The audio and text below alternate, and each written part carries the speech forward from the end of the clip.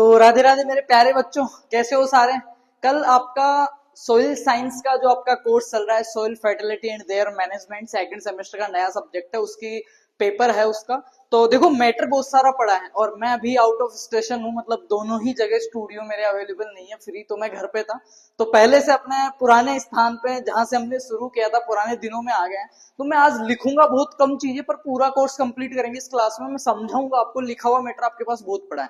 इस क्लास को अगर मैं गारंटी देता हूँ, आप कान में ईयरफोन लगा के आराम से 1 या 2 बार देखते हैं तो आपको किसी भी पीडीएफ को समझने में कभी भी दिक्कत नहीं आएगी, चाहे हिंदी चाहे इंग्लिश, बहुत मीडियम वो रहने वाला है। तो आज ही क्लास में अपन सारा देखेंगे कि सोइल फर्टिलिटी जो कोर्स चल रहा है बेटा, नया कोर्स है ये। इसकी जगह पहले और कोर्सेज चलते थे। तो ये जो शब्द है ना सोइल फर्टिलिटी, ये इसको हिंदी में बोलते हैं उर्वरता। क्या बोलते हैं? उर्वरता, मृदा उर्वरता। पर आपने एक चीज नोटिस की होगी, ये जो उर्वर शब्द है, उर्वर, ये केवल सोइल में ही नहीं, हर जगह अपने काम में आता है। अगर अपन दैनिक जीवन की बात करें, उर्वर का अगर अपन थोड़ा सा अनुमान लगाए कि यार क्या होता है, फर्टिलिटी क्या होती होगी किसी चीज का, फर्टाइल होना, मतलब उससे नया बनना या नए बनने की क्षमता होना या नए बनने की प्रोसेस के अंतर्गत इसका नाम आता है। ये चीज अपने दिमाग में आ जाती है फर्टिलिटी सुनते हैं। क्योंकि जब अपन ने बायोलॉजी पढ़ी थी उस टाइम हमने जब ह्यूमन रिप्रोडक्शन अपन पढ़ते हैं, तो ह्यूमन के अंदर भी फर्टिलिटी का नाम आता है हर जगह। जैसे मेल जो अपने हैं, मेल फर्टिलिटी होती है, फीमेल फर्टिलिटी होती है। मेल फर्टिलिटी के अंदर अपन मेनली बात करें तो अपने पास स्पर्म्स का नाम आता है, शुक्राणु का नाम आता है कि वो कितना फर्टाइल है। अब देखो, और अगर मैं फीमेल फर्टिलिटी की बात करूं तो उसमें आता है अंडाणु, ओव्यूल, ओव्यूल फर्टिलिटी। ठीक है, तो वहां पे फर्टिलिटी का मतलब अपन कहां से लेते हैं वो समझना। अगर अपन किसी डॉक्टर के पास जाते हैं, जब बायोलॉजी अपन ने पढ़ी थी, रिप्रोडक्शन वाला टॉपिक जब अपन पढ़ते हैं, अगर मैं ह्यूमन फर्टिलिटी की बात करूं तो ह्यूमन फर्टिलिटी में मेनली अगर अपन जिसको कहते हैं जननिक, है ना, जननिक जिसको कहते हैं, उसमें 2 प्रकार की। तो पहली मैं अगर बात करूं नर क्षमता या नर उर्वरता, नर उर्वरता, तो इसमें अपने पास एक शब्द आता है, कौन सा? सबसे पहले स्पर्म या शुक्राणु शब्द आता है। और शुक्राणु की फर्टिलिटी, स्पर्म फर्टिलिटी का सीधा सा अर्थ कहां पे जा रहा है कि वो शुक्राणु कितना फर्टाइल है, कितने अंडाणुओं को, ओव्यूल्स को, अंडाणुओं को, कितने ओव्यूल्स को वो फर्टाइल कर सकता है, उनको उर्वर कर सकता है, या उनसे मैच करके एक नया बच्चा बन सकते हैं, या जाइगोट जिसको बोलते हैं, युग्मज बना सकते हैं, राइट। और सेम बात अगर मैं फीमेल पे बात करूं कि फीमेल फर्टिलिटी तो ओव्यूल से आती है कि ओव्यूल कितना फर्टाइल है, अगर उस पर शुक्राणु अटैक कर रहा है, स्पर्म अटैक कर रहा है, तो वो कितनी मात्रा में उसको ऑब्जर्व कर रहा है और एक्टिव हो रहा है, उसी को फर्टिलिटी कहते हैं। तो सेम चीज सोइल में आ जाओ ना, सोइल फर्टिलिटी, कि सोइल की टच में जब भी कोई सीड आ रहा है, जब भी कोई सीड आ रहा है, जैसे सोइल जो होगी वो होगी अपना, क्या होगी? ओव्यूल होगी। सपोज दैट, समझाने की चीज है, क्योंकि ये चीजें पूरे कोर्स में आपके घूम रही है। पहली चीज सोइल फर्टिलिटी, मृदा उर्वरता क्या होती है, मृदा उत्पादकता क्या होती है, और मृदा उर्वरता का मैनेजमेंट कैसे करते हैं बेटा, इसका प्रबंधन कैसे करते हैं, अगर ये कम है तो इसको बढ़ाएंगे कैसे, इसके लिए कौन कौन से फैक्टर्स हैं जो जिम्मेदार रहेंगे, वो सारी बात इसी में करेंगे। तो सबसे पहले आपको ऑब्जेक्टिव पता होना चाहिए, अपने कोर्स का जो टाइटल है, मेन वर्ड, उसका मतलब पता होना चाहिए। ठीक है, तो मैं ये कह रहा हूं, इसको मैं मान लेता हूं क्या, फर्टिलिटी, जैसे ओव्यूल फर्टिलिटी मान लेता हूँ। सोइल की जो फर्टिलिटी है या सोइल की जो क्षमता होती है, उसको मैं क्या मान लेता हूँ यहाँ पे, ओव्यूल या अंडाणुओं की उर्वरता मान लेता हूँ। और जो सीड है उनको मैं शुक्राणु मान लेता हूँ। सपोज, समझाने के लिए छोटे सीड बता रहा हूं, जब ये इसके संपर्क में आएंगे, जब हम इनको लगा देंगे, तो एक जब अपन सीड को शोविंग करते हैं बेटा, सोइल की सरफेस के ऊपर जब सीड शोविंग करते हैं, तो एक सीड को जर्मिनेट होने के लिए, उसको फर्टाइल होने के लिए क्या क्या चीजें चाहिए होती है? उचित मात्रा में उसको एसेंशियल न्यूट्रिएंट्स चाहिए होते हैं। ठीक है, बिल्कुल सुटेबल मात्रा में, उसके फेवरेबल जो कंडीशंस है उसमें क्या चाहिए होते हैं उसको, सबसे पहली मात्रा में क्या चाहिए उसको? पोषक तत्व, मैं कह सकता हूँ एसेंशियल न्यूट्रिएंट्स चाहिए होते हैं। और न्यूट्रिएंट्स कौन अवेलेबल कराएगा मेरे बच्चों उसको? यहाँ पे जब सोइल में उसको लगाया तो सोइल ही अवेलेबल करवाएगी ना। सोइल ही तो उसका क्या है, फंडामेंटल बेसिस है। जब किसी भी चीज का, चाहे वो सजीव हो, चाहे वो निर्जीव हो, लिविंग ऑर्गेनिज्म हो चाहे नॉन लिविंग हो, उनका जो सबसे फंडामेंटल जो बेस है वो क्या है? अपनी लैंड है, जो लैंड है, जो सरफेस है, जो क्या है? भूमि है, जो सतह है वो है। अब यहाँ पे जब अपन सीड जर्मिनेशन कर रहे हैं, तो सीड को ग्रो करने के लिए, उसको फर्टाइल होने के लिए, उसको जर्मिनेट होने के लिए क्या क्या चाहिए? एसेंशियल न्यूट्रिएंट्स चाहिए, उसको वाटर चाहिए, ठीक है, ह्यूमिडिटी चाहिए उसको, और माइक्रो ऑर्गेनिज्म जो है, सूक्ष्म जीव जो है, और सारी चीजें चाहिए। तो ये चीजें कौन प्रोवाइड करवाएगा? इसको अपन मृदा में लगा रहे तो मृदा ही तो कराएगी। तो एक बीज को या एक पौधे को अच्छा खासा उत्पादन लेने के लिए, उसकी लाइफ साइकिल कंप्लीट करने के लिए, बहुत ही प्रॉपर वे में उसको ग्रो करवाने के लिए, जो मृदा की वह क्षमता, जो उसको पोषक तत्व है, वो उसकी जो फेवरेबल कंडीशंस है वो प्रोवाइड करवाती है, उसी क्षमता को क्या कहते हैं अपन? सोइल फर्टिलिटी कहते हैं बेटा। क्या कहते हैं? Soil fertility. थोड़ा सा समझना मैं कहना चाहूंगा कि सोइल फर्टिलिटी क्या है? द एबिलिटी और capacity of soil, the ability और कैपेसिटी। एबिलिटी मतलब कैपेसिटी मतलब होता है क्षमता, ठीक है, कैपेसिटी मतलब होता है क्षमता, और एबिलिटी मैं कह सकता हूं अगर हिंदी वर्ड में एबिलिटी के यूज करूं कि कितनी मात्रा में दक्षता वो कर सकती है। समझना, दो शब्द में लिख रहा हूं यहाँ पे। मृदा की वह क्षमता जो एक पौधे को या बीज को पोषक तत्व, पानी, उसका संतुलित पीएच, माइक्रोन्यूट्रिएंट, ठीक है, ह्यूमिडिटी, ये सब उसको प्रोवाइड करवाती है, उसी क्षमता को अपन क्या कह सकते हैं, सोइल फर्टिलिटी कह सकते हैं। क्या कह सकते हैं, सोइल फर्टिलिटी कह सकते हैं। अब इसका थोड़ा सा डेफिनेशन सुनना, फिर अपन समझेंगे। एक चीज मैं बता दूं, सोइल फर्टिलिटी तो अपन पढ़ेंगे ही, मैंने थोड़ा समझा है। ये जो सोइल शब्द है ना बेटा, जब अपन एग्रीकल्चर अपन ने लिया था ना, उसी टाइम से देखो इसका कितना बड़ा रोल है।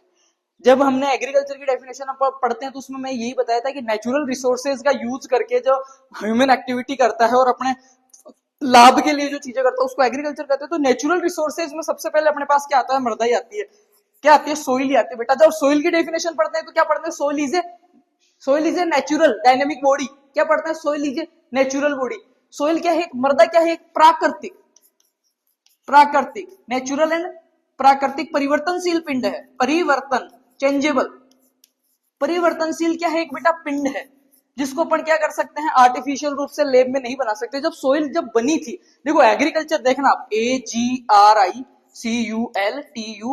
एग्रीकल्चर। जब इसको दो भागों में तोड़ते हैं ना शब्द, तो पहला शब्द निकल के आता है अगार या एगर, और इसी का मतलब यहाँ पे क्या होता है बेटा, सोइल। तो अब तुम समझ लो सोइल कितनी ज्यादा महत्वपूर्ण अपने लिए, कि एग्रीकल्चर का पहला ही वर्ड उसका मतलब होता है सोइल, और कल्चर मतलब उगाना टू कल्टीवेट करना, मृदा पे कोई भी चीजें उगा रहे, तो यहीं से शुरू हो गई यहाँ पे। फिर उसके बाद हमने पढ़ा एग्रोनॉमी, इसकी सबसे main branch agronomy, AGRO, agro NOMY, इसमें आ गया एग्रोस, AGROS। एग्रोस का मतलब यहाँ पे फिर वही आएगा, या तो मैं सोइल से ले सकता हूँ मेरे बेटा, या मैं ले सकता हूँ फील्ड से, और नॉमस का मतलब मैंने यहाँ पे लिया मैनेजमेंट से। तो फील्ड मैनेजमेंट में मैं क्या क्या चीजें करता हूँ, वो सारी चीजें किसमें आती है, सोइल फर्टिलिटी फैक्टर्स में आती है। वो कैसे कि यार ये मेरा खेत है, ये मेरे खेत की सोइल है, ये ऊपर वाली सरफेस, ये क्या है, सोइल है। मैं बीज लगा रहा हूँ, कोई पौधा लगा रहा हूँ, तो इस मृदा की वह क्षमता जो इस पौधे को चीजें चाहिए अच्छा ग्रो करने के लिए, suitable climate, suitable humidity, pH, nutrient, वो सारी चीजें जो चाहिए ना, वाटर वगैरह, ये सारे इसको दे रही है, उस क्षमता को सोइल फर्टिलिटी कहूंगा मैं। क्या कहूंगा, सोइल फर्टिलिटी कहूंगा। तो ये चीजें कहीं ना कहीं जो टिलेज आता है ना, वो भी सोइल फर्टिलिटी प्रैक्टिसेस में ही आएगा, क्योंकि अपन पटवास लगा रहे हैं, अपन गर्मियों की जुताई कर रहे हैं, अपन इसमें खाद दे रहे हैं, चाहे वो ऑर्गेनिक हो चाहे इनऑर्गेनिक हो, वो सारी चीजें अपन पढ़ेंगे। मैं सिर्फ कॉन्सेप्ट समझा रहा हूँ आपको। तो वो सारी चीजें कहीं ना कहीं सोइल फर्टिलिटी को ही मेंटेन करती है, और अपना कोर्स ही यही है कि there soil fertility and there management, इसको अपना मैनेजमेंट अपना करना है। तो ये चीज हो गई कि सोइल अपने लिए कितना महत्वपूर्ण। और जब सोइल की परिभाषा अपन पढ़ते हैं कि मृदा एक प्राकृतिक और परिवर्तनशील पिंड है, जो क्या होता है, वो 3 डायमेंशियल बॉडी है। सोइल क्या है, 3 डायमेंशियल बॉडी है, इसका जो पार्टिकल है उसकी, ठीक है। और सोइल की सबसे जो छोटी इकाई है वो क्या है, पेडोन। सोइल की सबसे छोटी इकाई क्या है बेटा, पेडोन है। अब अपन शुरू करते हैं सोइल के बारे में। सोइल की उत्पत्ति लैटिन भाषा के सोलम से हुई है। ये जो सोइल है वो कौन से शब्द से हुई है, लैटिन भाषा के किससे हुई है, सोलम से। और सोलम का अर्थ क्या होता है बेटा, फ्लोर या फर्श, जो आपको समझ में आ गया है कि आधार, फ्लोर या फर्श होता है। अब मैं कुछ इसके लिए जो इंपॉर्टेंट बिंदु हैं वो मैं आपको बता देता हूं एक बार, फिर अपन अपने कोर्स पे आते हैं और दमादमी से कोर्स करते हैं। लिखा हुआ मैटर आपके पास कम नहीं है, मैं फिर से कह रहा हूं बेटा, समझने की जरूरत है और समझना ही, ठीक है। और आज तो वैसे मैं मेरी पुरानी जगह पे खड़ा हूं, तो मेरे को कोई दिक्कत ही नहीं है। मेरा जिसको अपन कहते हैं ना होम ग्राउंड, तो होम ग्राउंड पे आए हैं आज, पुराने खिलाड़ी लौट गए, ठीक है। यहीं से शुरू किया था, जो बच्चे नहीं जानते उनको पता है, हमने लगभग 300 वीडियो यहीं पे किए थे कोरोना के अंदर मोबाइल से, है ना। तो अभी भी वही चीज है, तो मेरे लिए ये चीजें नहीं है, बड़ा इसी पे फील आता है। ओरिजिनलिटी अगर मैं बताऊं तो फील यहीं पे अपने को आता है। अब मैं कुछ महत्वपूर्ण बिंदु बता रहा हूँ, वो याद कर लेना आप। मृदा एक परिवर्तनशील पिंड है, डेफिनेशन मैंने बताई दिया, जो कि कार्बनिक और सूक्ष्म, जो कि बारीक कार्बनिक और अकार्बनिक, ठीक है, उनसे मिलकर बना हुआ है, ठीक है। ये तो सोइल की डेफिनेशन हो गई। अभी अपन बात करते हैं 19 फरवरी 2015, महत्वपूर्ण चीजें। 19 फरवरी 2015 सोइल हेल्थ कार्ड स्कीम, मृदा स्वास्थ्य कार्ड योजना जो थी, सोइल हेल्थ कार्ड मृदा स्वास्थ्य कार्ड योजना, वो कहां से शुरू हुई थी, श्रीगंगानगर से। कब हुई थी, 19 फरवरी 2015 में। किसने किया था, नरेंद्र मोदी ने किया था। उसके बाद में अगर मैं बात करूं तो 2014 को मृदा स्वास्थ्य वर्ष घोषित किया गया था। 2014 को क्या, सोइल हेल्थ ईयर, किसके द्वारा, FAO द्वारा। फिर 2015 की अगर मैं बात करूं तो 2015 को इंटरनेशनल सोइल वो किया गया था ईयर। 2015 को क्या, अंतरराष्ट्रीय मृदा वर्ष घोषित किया था, जिसकी थीम क्या थी, मृदा स्वस्थ जीवन स्वस्थ क्या थी। 2015 को क्या गया, इंटरनेशनल अंतरराष्ट्रीय मृदा वर्ष, अंतरराष्ट्रीय मृदा वर्ष, इंटरनेशनल सोइल ईयर 2015। और जो 19 फरवरी 2015 था उसमें क्या किया, soil health card scheme, soil health card scheme योजना जो थी वो आई गई। और इसका क्या नारा था, स्वस्थ धरा खेत हरा, स्वस्थ धरा और खेत हरा। ये जनरल चीजें हैं। इसके बाद में अपन थोड़ा सा आगे चलते हैं तो जो भारतीय मृदा विज्ञान संस्थान है IISS, Indian institute of soil science, Indian institute of soil science, वो कहाँ पे बेटा, भोपाल में है आपके। कहाँ पे है, भोपाल में है। अगर मैं बात करूं मृदा दिवस की तो 5 दिसंबर 5 दिसंबर क्या है आपका, मृदा दिवस मनाया जाता है। 5 दिसंबर को क्या किया जाता है, विश्व मृदा दिवस आपका बनाया जाता है। अब ये तो हो गई मोटी मोटी सी बातें। अब जब मृदा से अपन सोइल साइंस पढ़ते हैं तो दो चीजें अपने पास आती है, एडेफोलॉजी और पेडोलॉजी। ठीक है, पहली बात करूं पेडोलॉजी, पेडोलॉजी और इडेफोलॉजी। ठीक है, पेडोलॉजी का मतलब यहाँ पे पेड़ का नाम आ रहा है, मैं कह सकता हूं पेड़, राइट, मतलब प्लांट से होगा, पर ये गलत है, प्लांट से नहीं होगा। इसमें क्या पढ़ेंगे अपन, सोइल का ओरिजिन, डिस्ट्रीब्यूशन, ये सारी चीजें पढ़ेंगे। इसमें क्या पढ़ेंगे, सोइल का ओरिजिन। सबसे महत्वपूर्ण जो है पेडोलॉजी में क्या पढ़ते हैं अपन बेटा, पेडोलॉजी में पढ़ते हैं मृदा निर्माण, मृदा निर्माण, सोइल जेनेसिस के बारे में पढ़ते हैं। और बात करूं इडेफोलॉजी, इडेफोलॉजी में क्या पढ़ते हैं, एक प्लांट और सोइल के बीच में बिटवीन रिलेशनशिप जो है उसके बारे में पढ़ते हैं। इसमें क्या क्या पढ़ते हैं, मृदा का निर्माण कैसे हुआ, कौन कौन से फैक्टर्स थे, ठीक है, कहाँ कहाँ पे किस प्रकार की मृदाएं डिस्ट्रीब्यूट की गई है, इस पे जो अपन पढ़ते हैं ना जियोग्राफिकल लोकेशंस, वो सारी सोइल की पेडोलॉजी में पढ़ते हैं। और एडोफोलॉजी में क्या होता है, ये मेनली दो कॉन्सेप्ट्स हैं, इनको ब्रांच नहीं कह सकता सोइल साइंस के, अपन क्या कह सकते हैं, कॉन्सेप्ट्स कह सकते हैं। पहला कॉन्सेप्ट कौन सा अपना, पेडोलॉजी। इस शाखा में मृदा के उद्भव, वर्गीकरण एवं धरातल वैज्ञानिक का अध्ययन किया जाता है ना। और दूसरी है अपनी इडेफोलॉजी, दूसरी है क्या, इडेफोलॉजी। और इडेफोलॉजी में क्या करते हैं, मृदा का पादपों के साथ अब अध्ययन करते हैं। इसमें क्या करते हैं, इसका वर्गीकरण, क्लासिफिकेशन, सोइल्स की जो क्लासेस हैं उनका क्लासिफिकेशन देखते हैं, जेनेसिस देखते हैं, वेदरिंग वगैरह सारा इसी में आ जाता है। ठीक है, प्रॉपर्टीज वगैरह। और इसमें क्या आता है, एक प्लांट और सोइल के बीच में क्या रिलेशन है वो चीज आती है। तो आगे चलते हैं, मैं थोड़ा सा जनरल इंट्रो कर रहा हूं, फिर मैं अभी फर्टिलिटी पे जब आऊंगा, फर्टिलिटी और प्रोडक्टिविटी, तो मैं सिर्फ हेडिंग्स यहाँ पे लिखूंगा और आपको मजा आएगा, आपको लगेगा कि हाँ यार सोइल साइंस पढ़ रहे हैं हम। ठीक है, क्या लगेगा बेटा आपको कि सोइल साइंस अपन पढ़ रहे हैं। अब सोइल साइंस की डेफिनेशन इसमें थोड़ा बहुत और देख लेते हैं एक बार अपन। मृदा निर्माण के कारक में सक्रिय और अक्रिय दो कारक होते हैं। ठीक है, एक्टिव सोइल जब अपन पढ़ते हैं तो सोइल जेनेसिस के अंदर जो फैक्टर्स की बात करते हैं दो प्रकार के होते हैं, एक्टिव फैक्टर्स और पैसिव फैक्टर्स। ठीक है, एक्टिव फैक्टर्स में कौन कौन से आते हैं आपके, क्लाइमेट हो गया आपका, ठीक है, बायोस्फीयर हो गया, माइक्रो ऑर्गेनिज्म हो गए। एक्टिव में कौन कौन से आते हैं, क्लाइमेट हो गया, बायोस्फीयर्स हो गया, जलवायु, सूक्ष्म जीव, वो सारे किस में आते हैं, एक्टिव में आते हैं। अगर मैं बात करूं पैसिव की, तो पैसिव में क्या आती है, तीन ही चीज आती है। कौन कौन सी, पेरेंटियल मैटर, पेरेंटियल मैटर, पैतृक पदार्थ, ये किसमें आता है, पैसिव फैक्टर्स में। किसमें, आपका जो सोइल जेनेसिस है उसके अंदर। दूसरा ट्रोफोग्राफी, दूसरा है ट्रोफोग्राफी, और तीसरा है एज या टाइम, एज या टाइम, ये क्या है, सोइल के पैसिव फैक्टर्स है।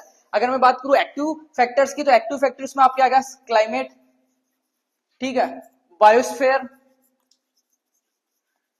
ठीक है, और क्या आएगा आपके माइक्रो ऑर्गेनिज्म, सूक्ष्म जीव, ये सब क्या है आपके फैक्टर्स हो गए सोइल के। आगे चालू करते हैं बेटा, तो आगे अपन सबसे महत्वपूर्ण अगर बात करें इसमें जो अपने फर्टिलिटी के इफेक्ट करेगी उसके अंदर, तो अपन बात करते हैं एक सोइल प्रोफाइल की, मृदा संस्तर या सोइल प्रोफाइल। अब देखना, मैं सारी चीजें स्टेप बाय स्टेप आपको समझा रहा हूँ, कोशिश कर रहा हूँ कि आपके कॉन्सेप्ट्स क्लियर हो। सोइल प्रोफाइल, अब ये कहोगे आप कि फर्टिलिटी में प्रोफाइल कहां से आ गई, तो मृदा के अंदर जो वर्टिकल कटान होती है, जो क्षैतिज ऊर्ध्वाधर जो कटान अपन लगाते हैं उसी को क्या कहते हैं अपन, सोइल प्रोफाइल कहते हैं। क्या कहते हैं बेटा, सोइल प्रोफाइल कहते हैं। मृदा संस्तर या मृदा परिच्छेदिका, मृदा के अंदर एक वर्टिकल खंड है जो मृदा के सभी होरिजन्स से गुजरता है। ठीक है, उसमें पेरेंटल मैटर तक फैला रहता है, उसको क्या कहते हैं, वर्टिकल, मतलब वर्टिकल कटान लगाते हैं जिसमें अपने को सारे होरिजेंटल दिखते हैं, ये खंड दिखते हैं। अब इन खंड में सबसे पहले अगर मैं बात करूं ऊपर वाले की जो अपनी सोइल फर्टिलिटी से रिलेटेड है, तो सबसे ऊपर होता है बेटा ओ। कौन सा होता है, ओ।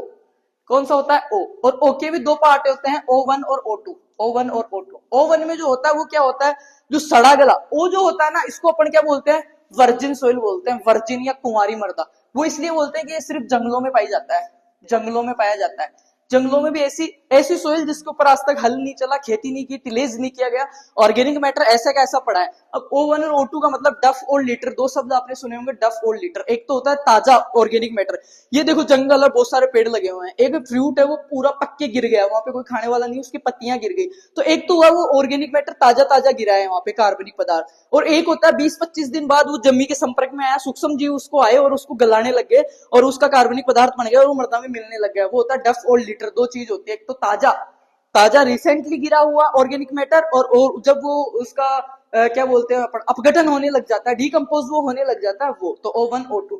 जिस खेत में ट्रैक्टर चल गया, हल चल गया, उसमें ये O संस्तर खत्म हो जाता है, ये क्या वर्जिन सोइल है। फिर आता है ए, और अपना महत्वपूर्ण जो है सोइल फर्टिलिटी को लेके वो ए ही है। इस ए के भी ऊपरी जो संस्तर है ना, उसके ऊपर ही अपन क्या करते हैं, खेती करते हैं। जितने भी प्लांट न्यूट्रिएंट्स हैं अपने, वो सारी चीजें कौन प्रदान करता है, अपना ए संस्तर करता है। खेती योग्य सभी कृषि क्रियाएं इसी पे होती है। जब ये हट जाएगा खेत पे से, ये मैं खूब ट्रैक्टर चलाऊंगा, तो मेरे पास आ जाएगा ए, और ये जो ए है यही मृदा को पोषक पदार्थ, नमी, ह्यूमिडिटी सारी देगा। तो मैं एक तरीके से कह सकता हूँ कहीं ना कहीं सॉइल फर्टिलिटी को जो मेंटेन करता है वो ए करता है, और अपनी खेती के लिए ए काम में है।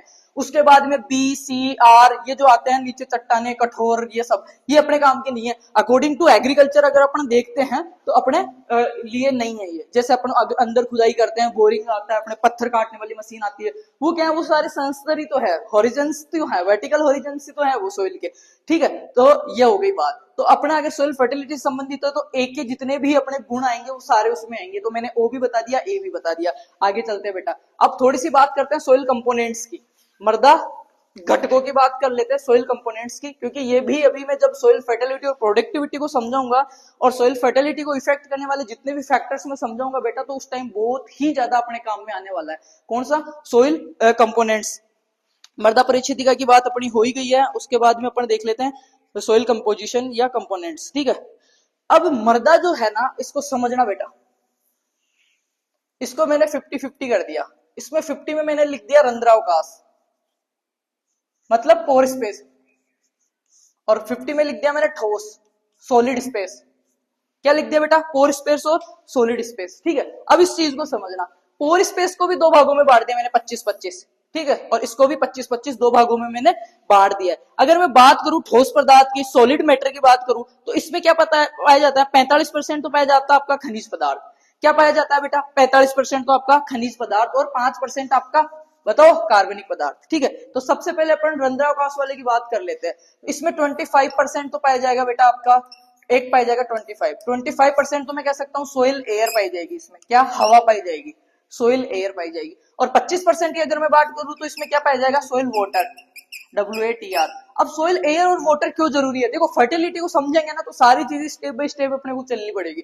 सोइल वाटर और एयर, मैं यहाँ पे लिख रहा हूँ सोइल एयर और plus soil water, soil WATR। अब वाटर की बात करते हैं तो वाटर भी इसमें 3 प्रकार का होता है अपना, कैपिलरी, ठीक है, कोशिकीय जल, गुरुत्वाकर्षणीय जल, आर्द्रताग्राही जल। तो अपने को पौधों को कौन सा मिलता है वो अपने लिए महत्वपूर्ण है, ठीक है। कितने एटमॉस्फेरिक प्रेशर, दाब जो बार है उस पे मिलता है, वो भी मैं सारी बात करूंगा। पर मैं अभी बात कर रहा हूं कि ये कोई भी खेत की सोइल है बेटा, जब अपन बीडी और पीडी पढ़ते हैं, बीडी बुल्क डेंसिटी, स्थूल घनत्व, ठीक है, 1.33, और जब पीडी पढ़ते हैं अपन, ठीक है, पार्टिकल डेंसिटी 1.65, तब हम एक चीज पढ़ते हैं कि जो बीडी होता है बेटा, बुल्क डेंसिटी, जिसको बोलते हैं क्या, स्थूल घनत्व। मेरे बच्चा क्या बोलते हैं, स्थूल घनत्व।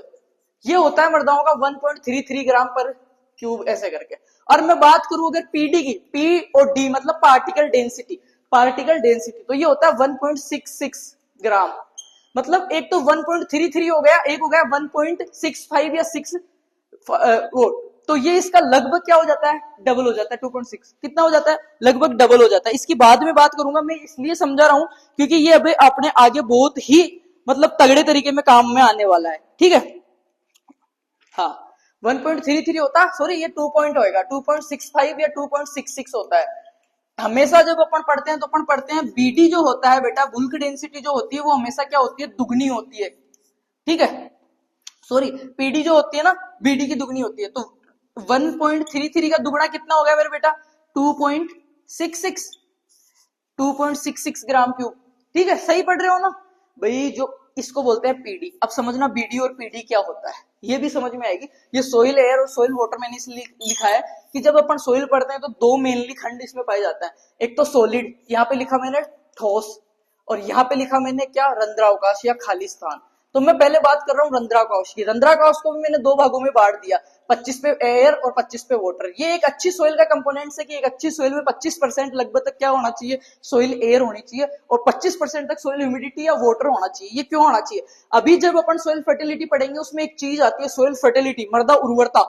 उर्वरता को प्रभावित करने वाले कारकों में जब वो पढ़ते हैं बेटा, तो एक आता है अपने पास सूक्ष्म जीव, माइक्रोबायोलॉजिकल, जो कि मृदा के अंदर न्यूट्रिएंट्स, माइक्रो न्यूट्रिएंट्स है, उनको भी मैनेज करते हैं, सोइल की पोरोसिटी को भी मैनेज करते हैं, आपका जो जलाक्रांति है, जल का जो परिवेश है उसको भी वो करते हैं, मेंटेनेंट करते हैं वो, प्लस सोइल पीएच को भी मेंटेन करते हैं वो।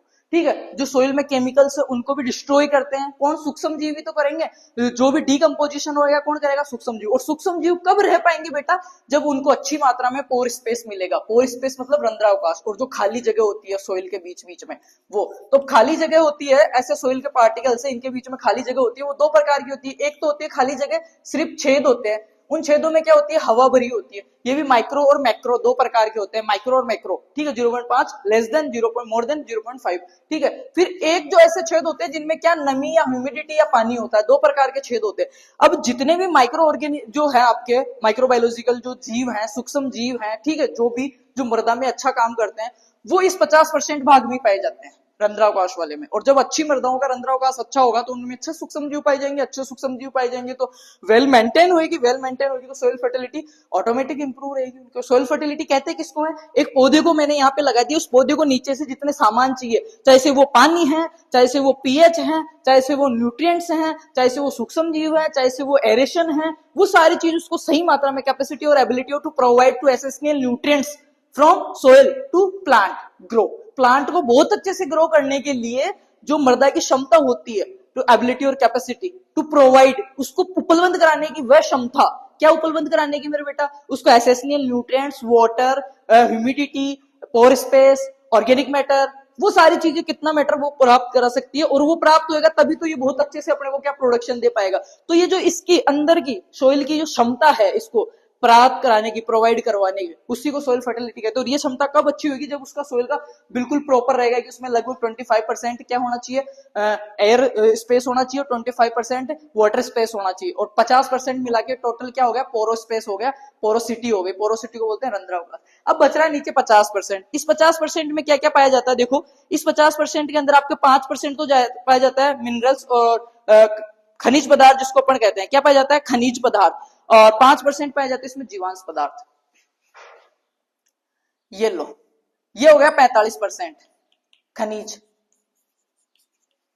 और 5% में जीवांश में आपका कार्बनिक आ गया, ये 5%। तो ये देखो कंप्लीट सोइल बन गई। यहाँ पे मैं लिखूं 25 + 25 बराबर 50% तो पोरोस्पेस हो गया, और 5 + 45 बराबर 50, ये हो गया 50% क्या सोलिड स्पेस हो गया, और 50 + 50 पोरो प्लस सोलिड बराबर 100%, ये क्या हो गई, सोइल हो गई। क्या हो गई, सोइल हो गई। समझ में आए चीजें। अब बात कर लेते हैं थोड़ी सी, ये सब चीजें आपके जो पार्ट है जो आता है मिड जो एग्जाम आते हैं उनमें आती है। अब बात कर लेता हूं मैं थोड़ी सी मृदा वायु के अंदर संगठन। तो ऑक्सीजन जो पाई जाती है लगभग वातावरण के बराबर 79% तक पाई जाती है। ठीक है, सोइल के अंदर मैं बात कर रहा हूँ गैसेस के बारे में। और बात करें अगर नाइट्रोजन की, तो नाइट्रोजन 79.2% तक पाई जाती है, 79.2% तक। यहाँ पे सबसे जो महत्वपूर्ण चीज है वो क्या है, अपनी CO2 है।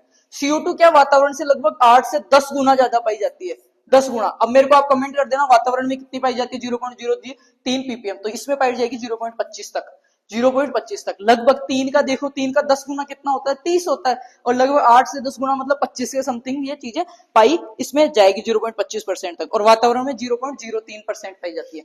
परसेंट की अगर मैं बात करूं पीपीएम की ना करके, तो 0.03 का लगभग 8 से 10 गुना बात करूं तो मैं हो जाएगा 0.25 से 0.30 के बीच में।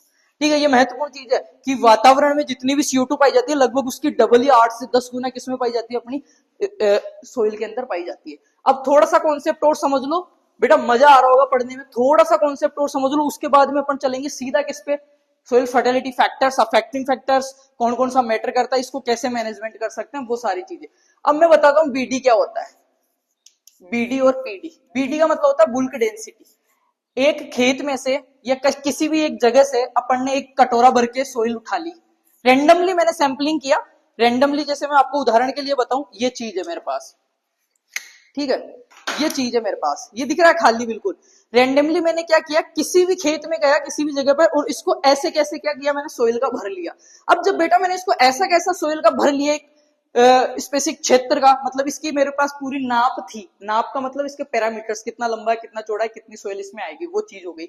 मैंने इसको ऐसे के उठा के जाके भर लिया। अब मैंने भरा तो इसमें ये जो एयर स्पेस और सॉलिड स्पेस दोनों ही तो आए भाई, मर्दा भी आ गई, मर्दा के सिर्फ कण थे और इनके बीच बीच में जो हवा थी, चाहे वो पानी हो, चाहे हवा हो, चाहे ऑर्गेनिक मैटर हो, चाहे मिनरल्स हो, मैंने ऐसे कैसे भर लिया। ऐसे कैसे भर के जब इसको तोला तो ये कितना आया, 1.33 ग्राम सेमी, ठीक है, 1.33 ग्राम आया। अब ये तो हो गई बुल्क डेंसिटी, स्थूल घनत्व, क्या कहेंगे इसको, बुल्क डेंसिटी या स्थूल घनत्व अपन कहेंगे। अब मैं बात करूं, अगर इसी में थोड़ा सा आगे अपन चले, और स्पेस तो हो गया, हाँ, एक घन सेमी मृदा का द्रव्यमान होता है ये, ठीक है, बीडी। इसमें सामान्य मृदाओं का जो बीडी होता है वो कितना होता है, 1.0 से 1.80 तक होता है, लगभग 1.33 mg पर मीटर क्यूब होता है। अगर मैं बात भू परिष्करण क्रिया से स्थूल घनत्व कम होता है। अब एक चीज समझना, टिलेज जब करते हैं तो भू घनत्व कम होता है, और जिन मृदाओं का बीडी कम होता है, जिन मृदाओं का बीडी बुल्क डेंसिटी कम होता है, वो मृदाएं क्या होती है, उपजाऊ होती है। उपजाऊ मतलब उर्वर, और उर्वर का मतलब नाम आते ही क्या हो गया बेटा, फर्टिलिटी का नाम आ गया। इसलिए मैं आपको ये चीज बता रहा हूं, मैं पानी पी लेता हूं फिर समझाता हूं इस कॉन्सेप्ट को, बहुत मजेदार कॉन्सेप्ट है ये।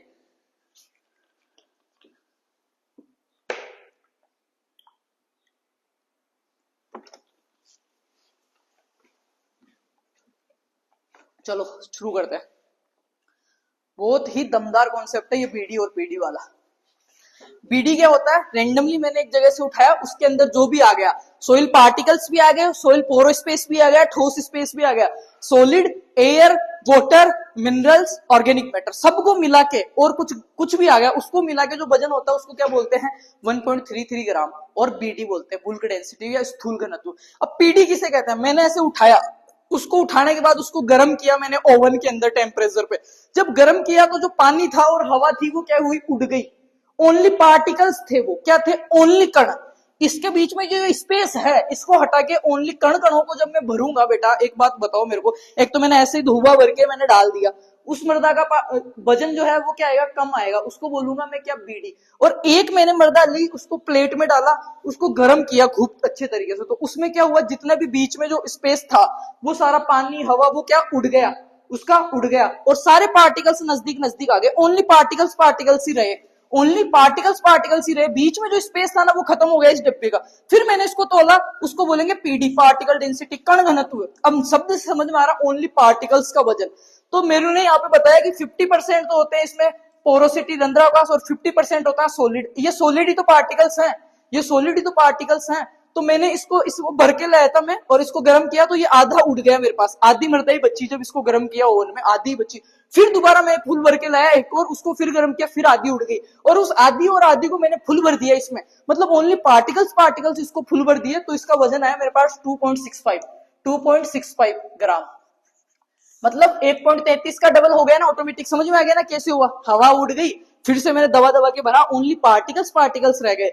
जब ओनली पार्टिकल्स पार्टिकल्स रहते हैं बेटा तो उसको बोलते हैं पीडी, पार्टिकल डेंसिटी। और पार्टिकल डेंसिटी, अब इसमें कण कण रह गए। अब एक चीज समझना, जो पार्टिकल डेंसिटी होती है उसको ट्रू डेंसिटी भी बोलते हैं। क्या बोलते हैं, ट्रू डेंसिटी या सत्य घनत्व भी इसको बोलते हैं, ट्रू डेंसिटी या सत्य घनत्व। और सत्य घनत्व का मतलब यही है बेटा, सत्य घनत्व है। सत्य क्या होता है, राम नाम सत्य है, सत्य को चेंज नहीं किया जा सकता। मतलब 2.65 आ गया ना, इसको बदल नहीं सकते। जब मैंने ओनली सोइल पार्टिकल्स को इस डब्बे में भर लिया, इसमें बिल्कुल भी एरेशन नहीं है, इसका वजन 2.65 आ गया, इसको बदल नहीं सकते। ये ट्रू डेंसिटी, कैसे नहीं बदल सकते इसको, इसमें कोरे कण हैं, उनको आप चाहे कितना भी पीट लो, कितना भी टिलेज कर लो उनके ऊपर, उनको कुछ भी कर लो आप, उनका जो वजन है ना वो उतना ही रहेगा। वो वजन क्या रहेगा, उतना ही रहेगा। 1 किलो मैंने आटा ले लिया सूखा, 1 किलो आटा ले लिया सपोज दैट, उसके अंदर कुछ भी नहीं है, पानी हवा कुछ भी नहीं है, पार्टिकल बिल्कुल touch to touch, only particles है। तो मैं उनको कैसे मारू, पीटू, 2 टूक कर दूं, 4 टूक कर दूं, वजन तो वही रहेगा ना, 1 केजी।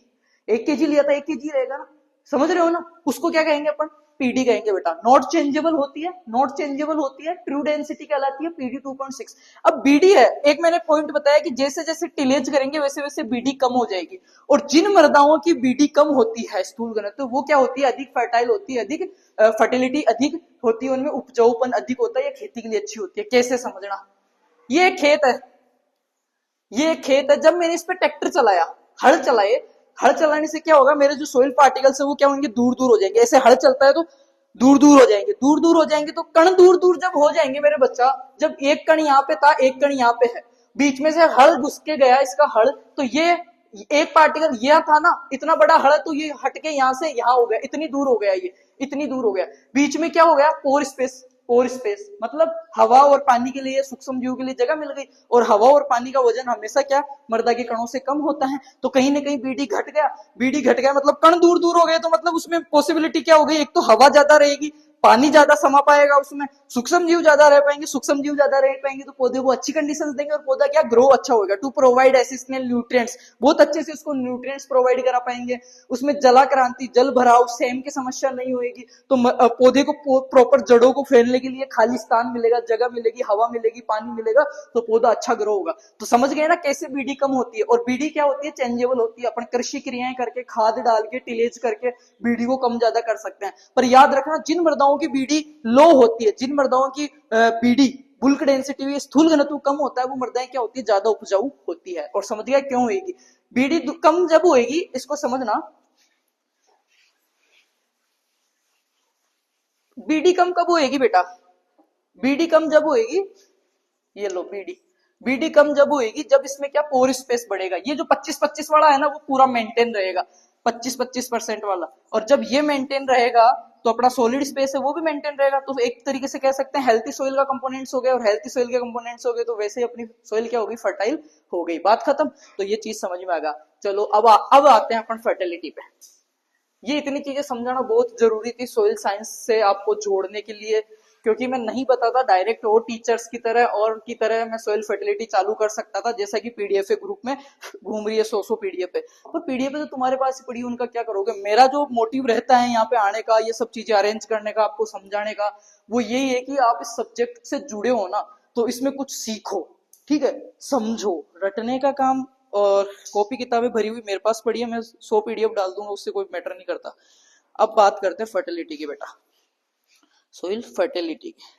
और तो इसमें मैं देख लेता हूं ऐसा कोई आपको समझाने की चीज। चलो ठीक है, सोइल फर्टिलिटी, पादप वृद्धि के लिए अनुकूल दशाएं, मृदा उर्वरता किसको कहेंगे। अब मैं डेफिनेशन से चालू कर रहा हूं। उर्वरता, मृदा की वह क्षमता जो, मैं पहले मेरी लैंग्वेज में बता देता हूं, मृदा की वह क्षमता जो एक पौधे को उचित पोषक तत्व, हवा, पानी, सूक्ष्म जीव, पीएच आदि प्रदान करने की होती है, उसी क्षमता को क्या कहते हैं, सोइल फर्टिलिटी कहते हैं। दो शब्द आते हैं बेटा, एक तो फर्टिलिटी और मृदा उर्वरता, और एक उत्पादकता। अब समझना, उत्पादकता और उर्वरता, प्रोडक्टिविटी और फर्टिलिटी, प्रोडक्टिविटी और फर्टिलिटी। मैंने बोला फर्टिलिटी तो क्या है, मृदा की वह क्षमता टू प्रोवाइड एसेंशियल न्यूट्रिएंट्स, जो क्या करती है, पौधे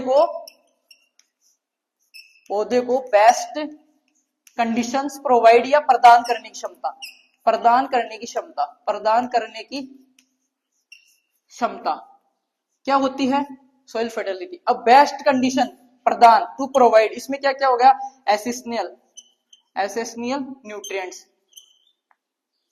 पीएच है ना, और सूक्ष्म जीव, वाटर,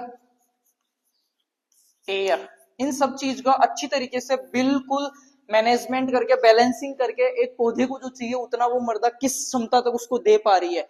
फर्टिलिटी का मतलब ये हो गया, आपको पढ़ने मैं समझाता हूँ, आपको पढ़ने के लिए जो चीजें चाहिए उनको मैं कितने अच्छे से आपको दे सकता हूँ। उसमें क्लासेस होते हैं, लेक्चर्स होते हैं, नोट्स होते हैं, मैं कितने अच्छे से उनको आपके सामने डिस्क्राइब कर सकता हूँ, समझा सकता हूँ, वो फर्टिलिटी होती है, आपको चीजें देने की। और प्रोडक्टिविटी क्या होती है, उत्पादकता, वो चीजें लेने के बाद आप कौन सा एग्जाम तोड़ते हो, कौन सी सीट निकालते हो, कौन सा पेपर पास करते हो, और कौन सी नौकरी लगते हो। और नौकरी लग के जो पैसा आएगा, पेपर पास करने के बाद जो शोहरत आएगी, जो आपका नाम होएगा, ब्रांड वैल्यू जो बनेगी, जो पैसा आपके पास आएगा, मार्केट में आपका नाम होएगा, उसको मैं क्या कहूंगा बेटा, उत्पादकता। उत्पादकता मतलब मैं कह रहा हूं कि मृदा जब ये सारी चीजें एक पौधे को दे रही है, अब मेरे लिए पौधा कौन है? मेरे स्टूडेंट्स हैं, और मैं क्या हूं? सोइल हूं। मैं क्या हूं उनके लिए? सोइल हूं। और मेरे लिए है, और मेरी फर्टिलिटी क्या है? मेरी उर्वरता क्या है कि मैं मेरे बच्चों को कितना ज्यादा इस सब्जेक्ट के प्रति, इस एग्रीकल्चर के प्रति एक्टिव कर पा रहा हूं, जो चीजें उनको चाहिए मैं दे पा रहा हूं, वो तो होगी मेरी फर्टिलिटी। अब मैं कहूंगा प्रोडक्टिविटी क्या है भाई?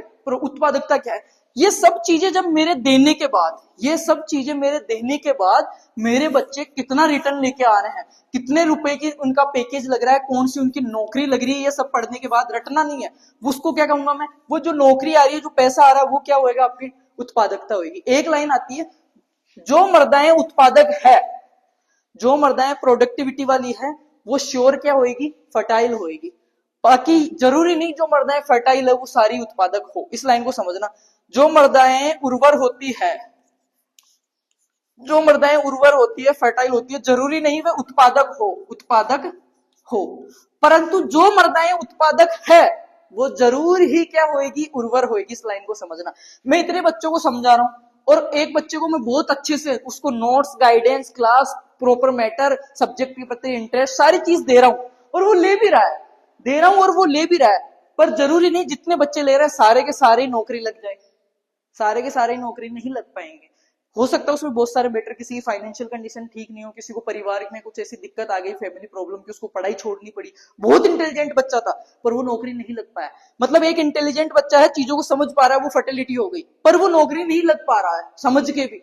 तो उसको मैं क्या कहूंगा कि एक जरूरी नहीं जो बच्चा होशियार वो नौकरी लगे, पर जो बच्चा नौकरी लग गया उसका मतलब उसने पढ़ाई करी थी, उसको समझ में आता था, वो थोड़ा बहुत होशियार तो था। अब इस चीज को समझना।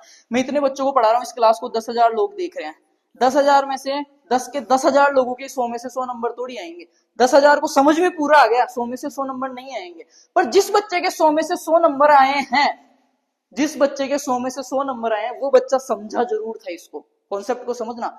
जो मृदाएं उर्वर होती है जरूरी नहीं वो उत्पादक हो, पर जो मृदाएं उत्पादक है वो जरूर ही उर्वर रहेगी। उत्पादकता को अपन बाजार मान से मापते हैं। जैसे ये मेरा खेत है, एक छोटा सा एग्जांपल और देता हूं बेटा आपको, इधर है ना, मजा आएगा, बहुत मजा आएगा। अभी तो क्लास शुरू हुई है, अभी तो तुम मेरे से जुड़ने लगे हो, अभी तो तुम्हारे को सोइल साइंस की तड़प लगेगी। ठीक है, ये खेत है, खेत ए, और ये खेत है खेत बी। अब मैं पहले बता रहा हूं इसमें फर्टिलिटी, एफ लिख दिया मैंने। यहाँ पे क्या लिख दिया मैं बेटा? एफ लिख दिया मैंने। और ये कॉन्सेप्ट समझ में आ गया तो आधी सोइल साइंस समझ में आ जाएगी। यहाँ पे एफ लिख दिया, यहाँ पे पी लिख दिया, प्रोडक्टिविटी। एफ में हो गया, यहाँ पे मैंने पेड़ पौधे लगाए, और इन पेड़ पौधों को जो चीजें चाहिए थी वो सोइल ने बहुत अच्छे से प्रोवाइड करवाई। बहुत अच्छी मेरी फसल क्या हुई? ग्रो हुई, बहुत अच्छे से ग्रो हुई। यहां तक फर्टिलिटी आपको समझ में आ गया। पर ये बहुत अच्छी फर्टाइल थी, पर जरूरी नहीं है क्या हो? प्रोडक्टिविटी वाली हो, उत्पादक हो। उत्पादक क्या करते हैं?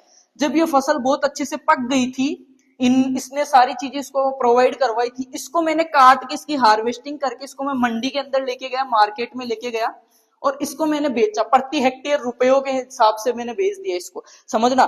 जो आपकी मृदा उत्पादकता अभिप्राय उसकी प्रति हेक्टेयर पैदावार देने की क्षमता से है। इसको साधारणतः रुपए या प्रति हेक्टेयर उपज में, है ना।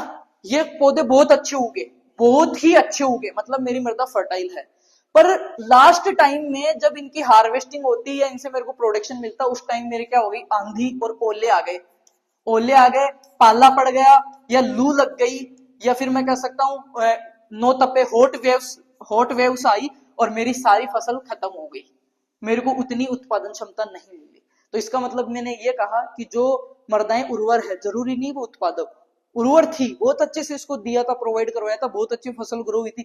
पर लास्ट टाइम ऐसे कुछ फैक्टर्स हुए कि मेरे को उत्पादक मिला ही नहीं, उत्पादन नहीं मिला, उपज नहीं मिली, मंडी में लेके गया, पैसे ही नहीं मिले, गेहूं काले पड़ गए थे, तरबूज क्या हो गए थे? सड़ने लग गए थे, तो मेरे को पैसे ही नहीं मिले।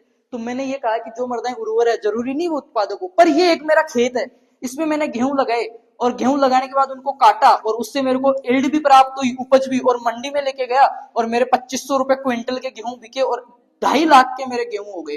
2.5 लाख के मेरे गेहूं हो गए। तो ये 2.5 लाख क्या हो गई? ये 2500 क्विंटल रुपए में बिके, और मेरे यहाँ पे 10 क्विंटल गेहूं हो गए। एग्जाम्पल समझा रहा हूं। तो ये 10 quintal per hectare 2.5 lakh per hectare, ये क्या है? इसकी उत्पादकता है, प्रोडक्टिविटी है, जिसको रुपयों में या बाजार मांग में या उपज में मापा जाता है। अब मैं ये कह रहा हूं, जब इस खेत से इतनी सारी चीजें मेरे को प्राप्त हो गई, 2.5 लाख की मैंने गेहूं बेच दी, तो मैं ये तो कहूंगा ना, मेरा खेत जो है, इसकी जो मृदा है, सोइल जो है, लैंड जो है, वो क्या है? फर्टाइल है, ये मेरा खेत बहुत अच्छा उर्वर है। मेरी वो नीचे वाली डेयरी वाला खेत है जिसमें पानी भरता है, उसमें बहुत अच्छी पैदा होती है, उसमें बहुत अच्छी पैदा होती है। इसका मतलब वो क्या है? उपजाऊ तो है बेटा, उपजाऊ हुए तभी तो पैदा हुई। तो इस लाइन को समझना। मैं एक बात कह रहा हूं कि जो मृदाएं उर्वर होती है, जो मृदाएं पौधों को बहुत अच्छे से उगा सकती है, जरूरी नहीं वो उन पौधों से अपने को पैसे भी दिला दे।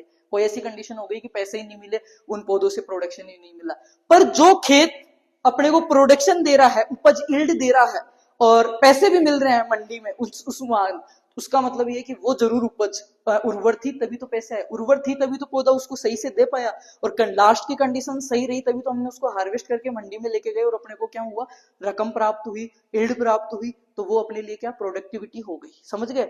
मतलब जो सोइल्स फर्टाइल होगी, जो सोइल्स फर्टाइल होगी, मैं भी श्योर नॉट, वो जरूरी नहीं है कि वो प्रोडक्टिविटी दे हमेशा, पर जो सोइल्स प्रोडक्टिविटी वाली है, जो अपने को उपज दे रही है, पैसा दे रही है, प्रोडक्शन दे रही है, यील्ड दे रही है, वो जरूरी क्या थी? उर्वर थी। ये दो चीज हो गई, दोनों चीज समझ में आपके आ गई होगी मेरे बेटा। आगे चलते हैं अपन, बहुत ही मजा आएगा धीरे धीरे। चलो शुरू करते हैं, क्योंकि अभी तो अपन शुरू किए हैं, मतलब मैं टॉपिक में घुसा हूं, तभी से इतना मजा आने वाला है आपको। इसको मैं हटा देता हूँ।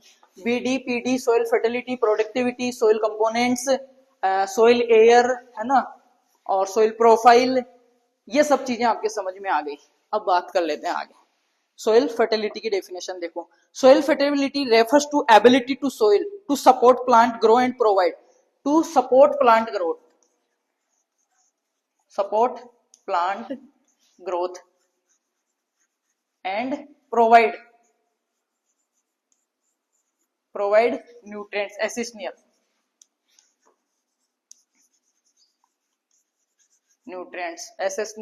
न्यूट्रिएंट्स। इन दोनों चीजों को क्या कहेंगे अपन? Essential nutrients for crops. It is a critical factor is determining agriculture productivity and sustainability. Soil fertility is the influenced by factors. बहुत सारे फैक्टर्स सोइल फर्टिलिटी के अंतर्गत आते हैं, किस हिसाब से दे रही है, तो क्या क्या पॉइंट्स आएंगे इसमें वो देख लो। चौक क्या क्या पॉइंट्स इसमें आने वाले हैं वो दिखा देता हूं मैं आपको। सबसे पहले अगर मैं इसमें बात करूं बेटा, तो सबसे पहले इसमें आएगा क्या?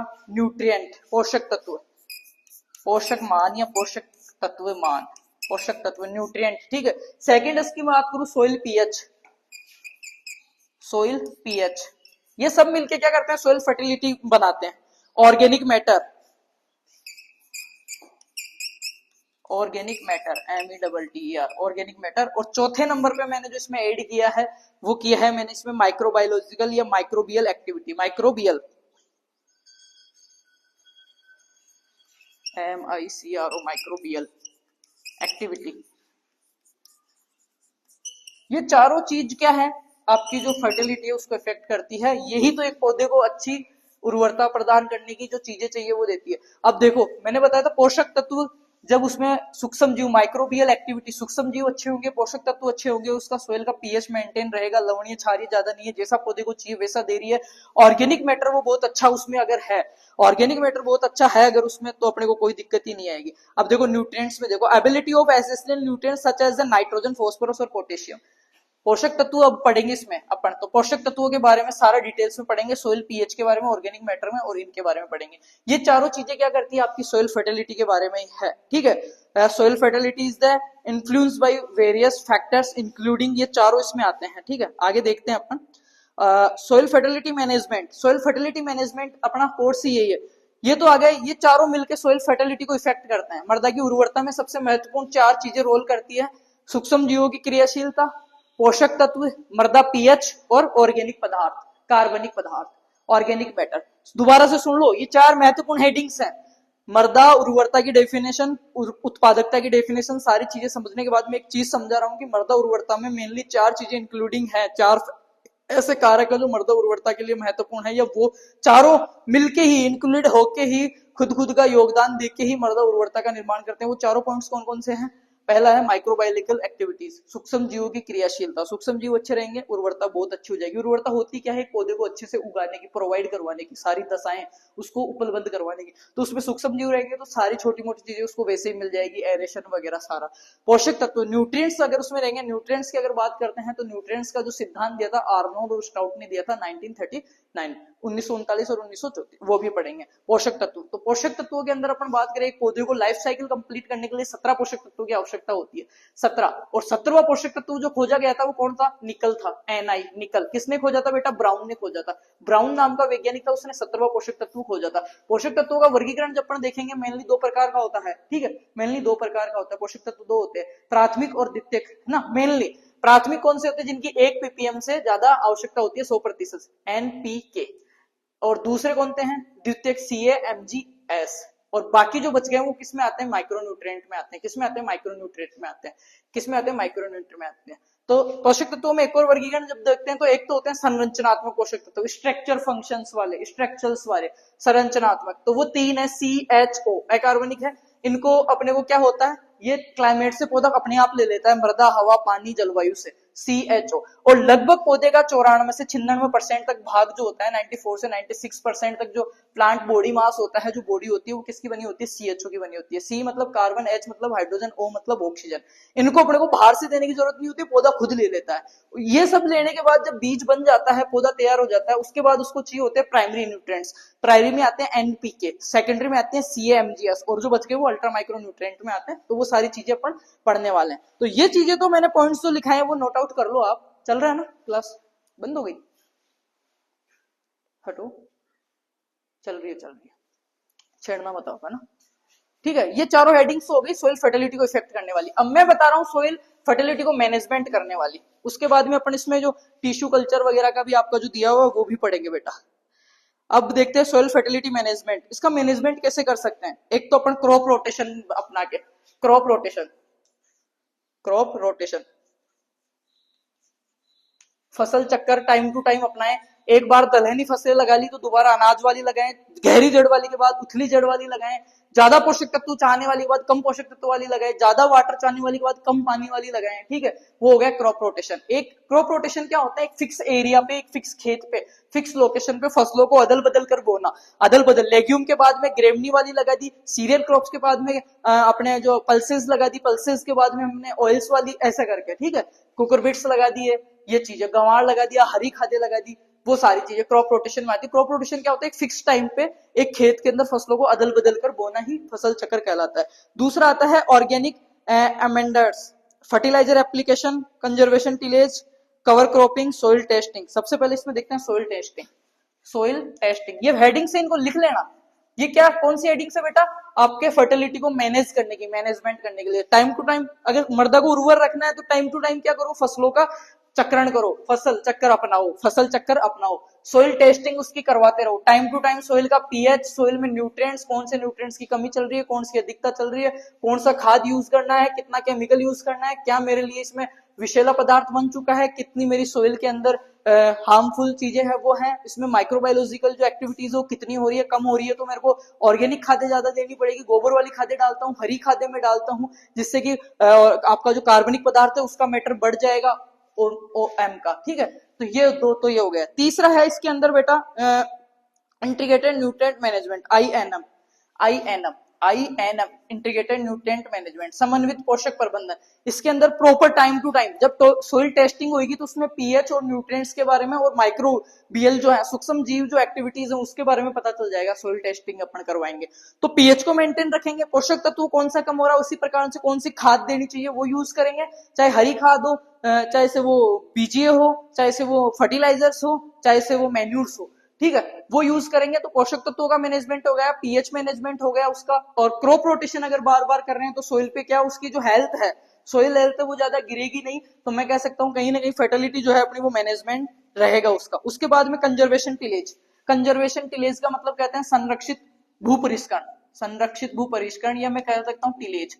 सोइल में फर्टाइलिटी को बनाए रखने के लिए टाइम टू टाइम टिलेज करेंगे, रोग वगैरह नहीं लगे इसलिए गर्मियों में समर डीप प्लोइंग करते हैं, समर डीप प्लोइंग करते हैं, पटवास लगाते हैं, लेवलिंग करते हैं। ठीक है, primary tillage, secondary tillage, proper उसमें एरेशन बनाए रखने के लिए टिलेज करते हैं। मैंने 5 चीज बताई है। सबसे पहला क्रॉप रोटेशन, क्या बता रहा हूं मैं, सॉइल फर्टिलिटी को मैनेजमेंट करने के लिए क्या क्या चीजें अपनानी चाहिए। पहला नंबर पे crop rotation time to time करते रहना चाहिए। Soil testing time to time करवाएं। INM इंटीग्रेटेड न्यूट्रिएंट मैनेजमेंट का ध्यान रखें। उसके बाद में कंजर्वेशन टिलेज उसका करते रहना चाहिए। उसके बाद में है बेटा fertiliser application, apply to fertiliser such a synthetic और organic fertiliser to provide essential nutrients. Time to time उसमें क्या फर्टिलाइजर, उर्वरक और खादों का यूज करे, उर्वरक व खादों का यूज करे according to soil testing report. Soil testing, ये मैंने 5 चीज बताई बेटा, फिर से दोबारा बता रहा हूँ। सॉइल फर्टिलिटी को मैनेजमेंट करने के प्रबंधन, इसमें आप खूब दबा के 2-2 पेज लिख सकते हो। अगर हेडिंग्स बहुत प्यारे प्यारे ब्लैक पेन से लगा के अंडरलाइन करके लिख रहे हो, एक सिंगल नंबर नहीं कटेगा तुम्हारे। और ये क्वेश्चन आएगा तुम्हारे, देख लेना कि मृदा उर्वरता क्या होती है, मृदा उर्वरता को प्रभावित करने वाले मृदा उर्वरता में सम्मिलित कारकों को समझाइए। उसमें समझाना आप microbial activity, nutrient, soil pH, organic matter. Then प्रश्न आएगा कि सोइल फर्टिलिटी को मैनेजमेंट करने के लिए कौन कौन से कारकों पे ध्यान देना चाहिए, कौन कौन से बिंदुओं पे काम करना चाहिए। उसमें आपको लिखना है crop rotation, time to time crop rotation apply करना चाहिए। Soil testing time to time कराना चाहिए। सोइल पीएच और INM इंटीग्रेटेड न्यूट्रिएंट मैनेजमेंट करना चाहिए। कंजर्वेशन टिलेज करना चाहिए। और उसके अलावा क्या करना चाहिए, उसमें time to time fertiliser applications का ध्यान रखना चाहिए, कौन से क्या दे रहे हैं, तो ऑटोमेटिकली अपनी जो है वो अच्छी हो जाएगी। और में ऑर्गेनिक मैटर एडजस्टमेंट, इसमें एक और लिख सकते हो organic matter, OM organic matter. Organic matter का विशेष ध्यान रखें तो सोइल मैनेजमेंट अपना बहुत अच्छा हो जाएगा। चलो बेटा आगे चलते हैं। समझ में आ रहा होगा, उम्मीद कर रहा हूं मैं। पहले फर्टिलिटी को कंप्लीट कर लेते हैं, उसके बाद में अपन चीजें पढ़ेंगे। कौन सी पता है, सोइल फर्टिलिटी के बाद में अपन प्लांट न्यूट्रिएंट्स वाला पढ़ के इसको खत्म करेंगे, है ना। सोइल फर्टिलिटी के बाद में, सॉइल फर्टिलिटी के बाद में, है ना। Soil productivity refers to soil productivity. देखो अब सोइल प्रोडक्टिविटी को समझा देता हूँ। सोइल प्रोडक्टिविटी के लिए क्या क्या जरूरी है यहाँ पे समझना। अब देखना, अब आएगा मजा। एक आपके प्रश्न इसमें जरूर आएगा, मृदा उर्वरता और मृदा उत्पादकता में अंतर, वो क्वेश्चन भी आप कर लेना बेटा। सोइल प्रोडक्टिविटी है, उसमें पहला ही कारक, जैसे मैंने अभी बताया कि सोइल फर्टिलिटी में कौन कौन से कारक अपने इनरोल हो रहे थे, न्यूट्रिएंट्स वगैरह, ठीक है, सोइल पीएच वगैरह। इसमें पहला ये होता है, वो होता है soil fertility. Soil fertility, soil fertility, soil fertility अगर फर्टाइल है तो ही वो प्रोडक्टिविटी रहेगी, सोइल फर्टिलिटी। उसके बाद में आता है बेटा soil structure, physical properties soil की। Soil structure, soil structure, soil structure मृदा संरचना, फिजिकल, ठीक है, फिजिकल प्रॉपर्टीज उसकी। उसके बाद में आएगा बेटा water ability, water, WATER, water ability, ठीक है। उसके बाद में आएगा आपका क्लाइमेट, CLIMAT, क्लाइमेट, जलवायु। उसके बाद में आपका आएगा बेटा मैनेजमेंट प्रैक्टिसेस, मैनेजमेंट, 5वां। ये 5 हेडिंग बताइए, मैनेजमेंट प्रैक्टिसेस, मैनेजमेंट प्रैक्टिसेस। ये 5 चीज क्या है, सोइल प्रोडक्टिविटी, मृदा उत्पादक कब होगी। देखना मृदा उत्पादक है तो उसमें 4 चीजें, 5 चीजें जरूरी है। कौन कौन सी, पहली बात तो वो उपजाऊ होनी चाहिए, फर्टाइल। उपजाऊ क्या होती है, ability to provide essential nutrients, pH, suitable microbiological activities, suitable INM integrated nutrient management, जिसमें प्राइमरी, सेकेंडरी और माइक्रो न्यूट्रिएंट अच्छे से उपलब्ध करवा सके, सॉइल वाटर, वो सारी चीजें उपलब्ध करवा सके। वो सबसे पहले वो सारी चीजें हो गई। उसके बाद में अपने को चाहिए क्या, सोइल स्ट्रक्चर। सोइल स्ट्रक्चर भी अच्छी होनी चाहिए। एग्रीकल्चर की दृष्टि से अगर देखें तो सबसे बेस्ट जो सोइल स्ट्रक्चर है वो कौन सी है, क्रम, ठीक है, ठीक है, याद रखना ये चीज। तो सोइल स्ट्रक्चर भी उसकी बेस्ट होनी चाहिए। सोइल की जो फिजिकल प्रॉपर्टीज है, पार्टिकल साइज वगैरह, वो सारा उसमें अच्छा होना चाहिए। सोइल वाटर एबिलिटी अच्छी होनी चाहिए, जो पौधों को प्राप्त जल होता है, केशिकीय जल, गुरुत्वीय जल और आर्द्रताग्राही जल। तो जो आर्द्रताग्राही जल है अपना, जो पौधों को प्राप्त होता है, वो क्या होना चाहिए, प्रॉपर मात्रा में, प्रॉपर पीएच पे होना चाहिए। उसके बाद में क्लाइमेट अच्छा होना चाहिए। ऐसा नहीं कि एंड के टाइम में खूब अच्छे से सोइल की स्ट्रक्चर भी अच्छी थी, वाटर भी खूब दे दिया मैंने, न्यूट्रिएंट भी खूब थे, फर्टिलिटी भी खूब थी, पर लास्ट टाइम में क्लाइमेट ही अच्छा नहीं रहा तो मेरी फसल नष्ट हो गई। तो ना तो मेरे को यील्ड मिली, ना मेरे को मंडी में रुपए पैसे मिले, ना उसकी क्वालिटी मिली। तो मैं कहूंगा वो मेरी को प्रोडक्टिविटी मिली नहीं। प्रोडक्टिविटी होती क्या है, सोइल उत्पादकता होती क्या है, या तो खेत से जो अपने को यील्ड मिल रही है, उपज मिल रही है, उसको कहूंगा मैं पर हेक्टेयर, या फिर कहूंगा उस उपज को बेच के जो रुपए मिल रहा है, पैसा मिल रहा है, उसको मैं कहूंगा यील्ड। तो ये 5 पॉइंट बताए, 5 बताया मैंने मैनेजमेंट प्रैक्टिसेस। एक खेत है, ये एक खेत है, इसमें बहुत अच्छी उर्वर मृदा है, इसमें अगर बहुत अच्छी मैनेजमेंट प्रैक्टिसेस हैं, मतलब टिलेज वगैरह टाइम टू टाइम, सिंचाई टाइम टू टाइम, खाद उर्वरक टाइम टू टाइम, कटाई छटाई वो सारी कर रहा हूं। जलवायु मेरे लिए बहुत बेस्ट रह रही है, क्लाइमेट, पानी मेरे पास कोई कमी नहीं है, वाटर मैनेजमेंट फुल है, स्ट्रक्चर जो है उसकी क्रम्बी स्ट्रक्चर है, बहुत अच्छी स्ट्रक्चर है, दानेदार, और फर्टिलिटी भी बहुत अच्छी है, तो फिर फाइनली वो मेरे को क्या देगी, वहां से यील्ड मिलेगा, यील्ड मिलेगा मेरे को, क्या अच्छा क्वालिटी वाला यील्ड मिलेगा, उस मंडी में बेच के बहुत अच्छे पैसे कमाऊंगा और बहुत भारी मात्रा में मेरे को यील्ड मिलेगा।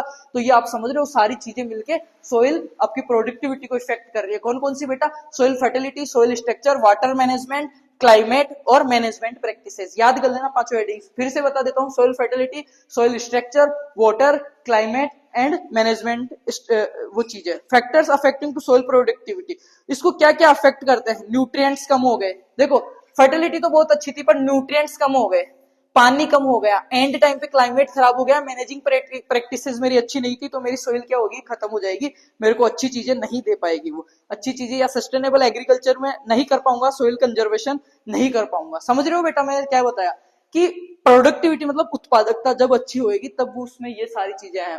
फर्टिलिटी स्ट्रक्चर बेस्ड है, वाटर मैनेजमेंट बेस्ड है, क्लाइमेट बेस्ड है और मैनेजिंग प्रैक्टिसेस बेस्ड है, तो वो क्या है, प्रोडक्टिविटी सोइल है, वहां से अपने को यील्ड मिलेगी उस खेत से।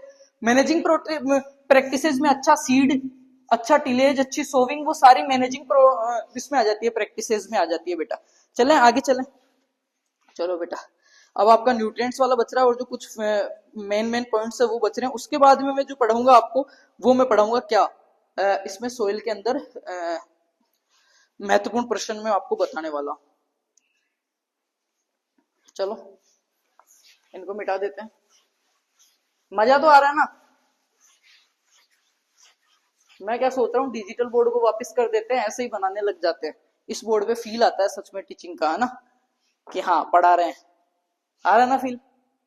ठीक है, अब बात कर लेते हैं फर्टिलिटी के ऊपर अच्छे से। ये मैंने ओवरव्यू दिया है आपको, चाहे आप कोई भी पीडीएफ पढ़ो, यहाँ तक अगर आपने देखा है ना तो आपको क्या आएगा, मजा आएगा, बहुत ज्यादा मजा आएगा। ठीक है बेटा, अब देख लेते हैं परिचय।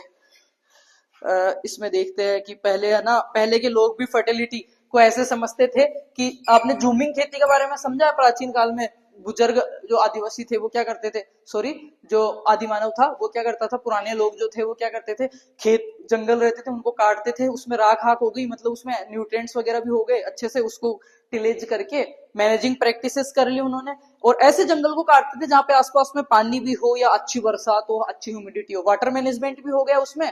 फिर वो करते थे मैनेजिंग प्रैक्टिस में, काटना, राख को फैलाना, टिलेज, वो सारी हो गई, अच्छा बीज लाना, उगाना, वो हो गई। फिर आता है उसके अंदर क्या, वो बीज को लगाते थे और अच्छी पैदा होती थी पहले साल, वहां पे वो प्रोडक्शन लिया तो वो मृदा क्या हो गई, उनकी प्रोडक्टिविटी हो गई, फर्टिलिटी अच्छी हो गई। फिर वो क्या करते हैं, वहां से चले जाते थे दूसरे खेत को काटते थे, तो कहीं ना कहीं उनको भी ये चीज सोइल फर्टिलिटी वाला कॉन्सेप्ट समझ में आता था, प्राचीन काल में भी अपन ये चीज कह सकते हैं। एफ.एच. किंग ने अपनी पुस्तक फार्मर्स ऑफ 40 सेंचुरीज में कहा था कि इससे जानना चाहते हैं और 20 शताब्दियों में उनकी मिट्टी इतनी घनी आबादी के रखरखाव के लिए पर्याप्त ऊर्जा में कैसे बनाया जा सकता है। मृदा उर्वरता देखो, पौधे की वृद्धि के लिए उपयुक्त अनुपात में, पौधे की वृद्धि के लिए उपयुक्त अनुपात में पर्याप्त मात्रा में पौधे को पोषक तत्व प्रदान करने की क्षमता को मृदा उर्वरता कहते हैं। और एक इकाई क्षेत्रफल में उत्पादन क्षमता जिसे केजी पर हेक्टेयर, रुपए पर हेक्टेयर में मापा जाता है, उसको सोइल प्रोडक्टिविटी, मृदा उत्पादकता कहा जाता है। इनमें दोनों में अंतर देख लेना, मैंने इतना समझा दिया, समझ में आ जाएगा आपको, अंतर इनमें समझ में आ जाएगा। अब पोषक तत्व देखेंगे, उससे पहले मैं थोड़ा सा कुछ और चीजें हैं जो बता देता हूं। हाँ, अब देखते हैं मिट्टी से जो पोषक तत्व है ना उनका मैकेनिज्म ऑफ न्यूट्रिएंट्स ट्रांसपोर्टेशन, पोषक तत्वों का परिवहन, तंत्र का परिवहन कैसे होता है। तो पोषक तत्व जो है मिट्टी से पौधे में कैसे जाते हैं, दो प्रकार से जाते हैं, ठीक है, तीन प्रकार से जाते हैं। पहला जाते हैं, ये देखो ये मिट्टी है, इसमें पोषक तत्व है, ये बहुत फर्टाइल है, और ये मेरा प्लांट है, पर इस प्लांट के अंदर ये न्यूट्रिएंट्स और ये जो एयर वाटर जो सब है वो चीजें कैसे जाती है, उसको चार प्रकार से जाती है, चार प्रकार से जाती है। पहली जो जाती है वो जाती है इसमें जड़ अवशोषण द्वारा, रूट इंट्रैक्शंस द्वारा। पहला ऑप्शन है जड़ द्वारा, हो सकता है पौधा जड़ के द्वारा इनको खींच ले, माइक्रो न्यूट्रिएंट्स और पानी को, ठीक है। दूसरे नंबर पे आता है इसमें द्रव्यमान, मास फ्लो, पानी में घुले हुए पोषक तत्वों को ले जाता है, वाष्पोत्सर्जन पत्तियों के द्वारा हानि होती है। पहला आ गया जड़ द्वारा, दूसरा हो गया mass flow, flow, mass flow दूसरा। तीसरे नंबर पे आएगा बेटा इसी के अंदर डिफ्यूजन। डिफ्यूजन आपने देखा है, पोषक तत्व आयन उच्च सांद्रता से निम्न सांद्रता वाला, उच्च सांद्रता से। धरती के अंदर यहाँ पे न्यूट्रिएंट्स बहुत थे, पौधे की जड़ों में न्यूट्रिएंट कम थे, इधर हाई सांद्रता हो गई इनकी, ठीक है, कौन से इधर कम है, तो अधिक सांद्रता से कम सांद्रता की तरफ जाते हैं, उसको क्या बोलते हैं, डिफ्यूजन, विसरण। क्या बोलते हैं, विसरण या डिफ्यूजन, विसरण या डिफ्यूजन। और चौथा है सबसे लास्ट में, क्या बता रहा हूं आपको कि एक पौधा, मर्दा के अंदर फर्टिलिटी की इतनी बात कर ली, पर जो पोषक तत्व वगैरह प्रदान करने की क्षमता को फर्टिलिटी कह रहे हैं, वो किस प्रकार से लेगा। तो चौथा है इसमें बेटा, पहला हो गया जड़ अवरोधन, दूसरा होगा द्रव्यमान, तीसरा होगा डिफ्यूजन, ठीक है। ये तीन है, मेन तीन ही है। ये तो हो गया पौधे से जड़ की तरफ, मतलब मर्दा में से जड़ में या पौधे में कैसे घुसेंगे, जड़ से घुस सकता है, मास फ्लो हो सकता है और डिफ्यूजन हो सकता है। अब बात करते हैं पौधे के अंदर घुसने के बाद पौधे में कैसे सप्लाई होंगे, पौधे के अंदर कैसे सप्लाई होंगे, पौधे के अंदर परिवहन कैसे होगा। वो मेनली दो प्रकार से होता है। पहला देखो फ्लोएम के द्वारा, एक होता है जाइलम और फ्लोएम। जाइलम ये क्या है, उत्तक है, दोनों टिश्यूज है, जाइलम और फ्लोएम।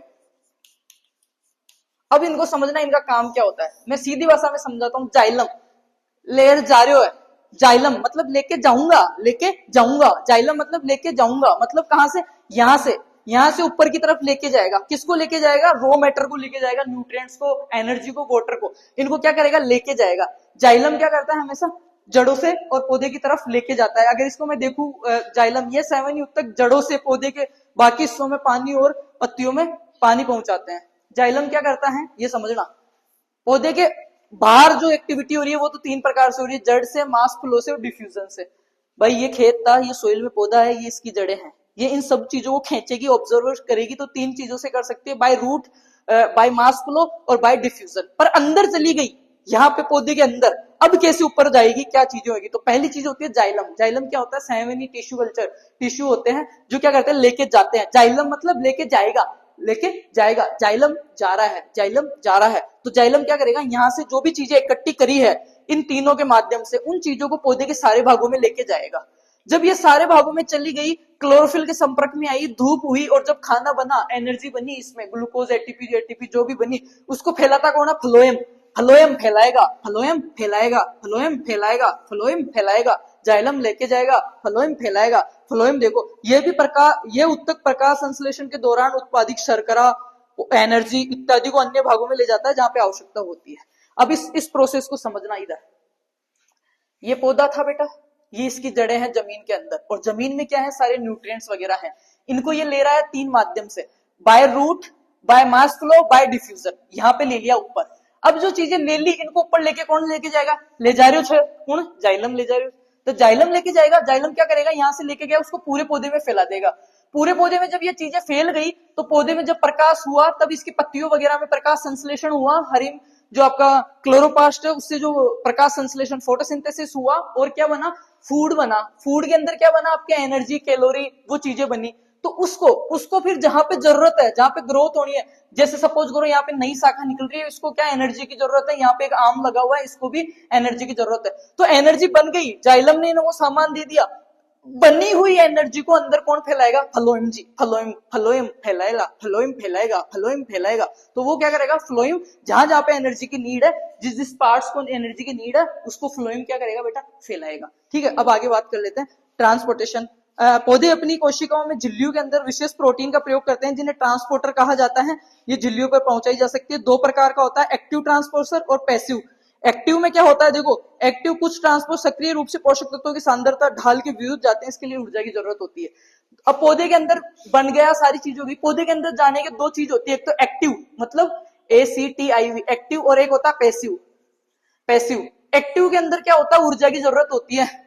कोई सामान है, नीचे से ऊपर जा रहा है, जाइलम लेके जा रहा है, आप नीचे से कोई सामान है छत पे पहुंचा रहे हो, चाहे उसको ऐसे फेंक रहे हो, तो आपको क्या चाहिए, एनर्जी की जरूरत होगी, एनर्जी लगती है, वो एक्टिव होता है। और पैसिव में क्या होगा, आप डागले के ऊपर छत पे खड़े हो, छत पे से मैंने चौक नीचे छोड़ दी, नीचे गई, ये क्या हो गया, एनर्जी की जरूरत नहीं पड़ी, अपने आप नीचे आ गई, वो हो गया पैसिव। तो मैं कह रहा हूं, एक्टिव जो ट्रांसपोर्टेशन होता है, एक्टिव ट्रांसपोर्टेशन हमेशा क्या होगा, ढाल के विरुद्ध होगा, अलग दिशा में होगा। उसके लिए एटीपी की जरूरत होगी, एनर्जी की अगर जरूरत पड़ रही है पौधे को किसी सामान को ऊपर नीचे करने में, तो वो क्या कहलाएगा बेटा, एक्टिव ट्रांसपोर्टेशन कहलाएगा। और पौधे को निष्क्रिय ट्रांसपोर्टेशन क्या होता है, पैसिव। देखो, अन्य ट्रांसपोर्टर पोषक तत्वों को ऊर्जा की आवश्यकता के बिना सांद्रता ढाल नीचे ले आती है। उनकी जो सांद्रता है, जैसे अभी हमने डिफ्यूजन में पढ़ा, विसरण में पढ़ा कि अधिक सांद्रता से कम सांद्रता की ओर जा रहे हैं, चाहे वो अधिक सांद्रता से ऊपर टॉप पे बहुत सारी, ऐसा ये पौधा है, ये इसका टॉप है, यहाँ पे कोई पोषक तत्व की बहुत ज्यादा सांद्रता हो गई तो ये अपना आप जहां जरूरत थी वहां नीचे चला गया, फ्लो के साथ, ढाल के साथ, कोई एनर्जी की जरूरत नहीं पड़ी, तो वो क्या कहलाएगा, पैसिव, क्या कहलाएगा, पैसिव ट्रांसपोर्टेशन। पर यहाँ पे इस तने के पास, स्टेम के पास बहुत सारी एनर्जी इकट्ठी हो गई और इसको सबसे टॉप पे यहाँ पे एक पत्ती लगी हुई है, इसके ऊपर भेजना है, इस एनर्जी को ये पत्ती मांग रही है, तो ये इस पत्ती को भेजेगा तो इसके लिए एनर्जी की जरूरत है एटीपी वगैरह की, ये क्या कहलाएगा, एक्टिव ट्रांसपोर्टेशन कहलाएगा। ये पौधे के अंदर की बातें हो रही है बेटा, बाहर की नहीं है, ये पौधे के अंदर की बातें हैं। अब बात करते हैं सोइल प्रॉपर्टी। तो सोइल प्रॉपर्टी में मैंने पहले ही बता दिया था क्या क्या आएगा, हेडिंग सेटिंग्स में बता रहा हूँ, ज्यादा नहीं बता सकता क्योंकि मोबाइल से रिकॉर्ड कर रहा हूँ और मेरे आईफोन का क्या थोड़ी देर कंटिन्यू 1 घंटा कैमरा चलने पे हाई टेम्परेचर दिखा के ये क्लास पूरा वो हो जाता है डिसमिस, तो मैं जल्दी जल्दी से चीजें सोल्व करवा देता हूँ। सोइल प्रॉपर्टीज में आएगा सबसे पहले soil pH, soil pH. Second number पे आएगा सोइल टेक्सचर, मृदा कणाकार, कणाकार, सोइल टेक्सचर, सोइल टेक्सचर। उसके बाद में बेटा आपके आएगा कार्बनिक पदार्थ, ऑर्गेनिक मैटर, ऑर्गेनिक मैटर। उसके बाद में आएगा soil aeration, soil aeration, aeration का मतलब होता है वातन, इसमें कितना खाली स्पेस है, सोइल एरेशन। उसके बाद में आएगा बेटा क्या, सोइल वाटर रिलेशन या soil water management, water management लिख देता हूं, वाटर। फिर क्या आएगा, वाटर, ये मैं क्या बता रहा हूँ, सोइल की प्रॉपर्टीज बता रहा हूँ, सोइल वाटर हो गया।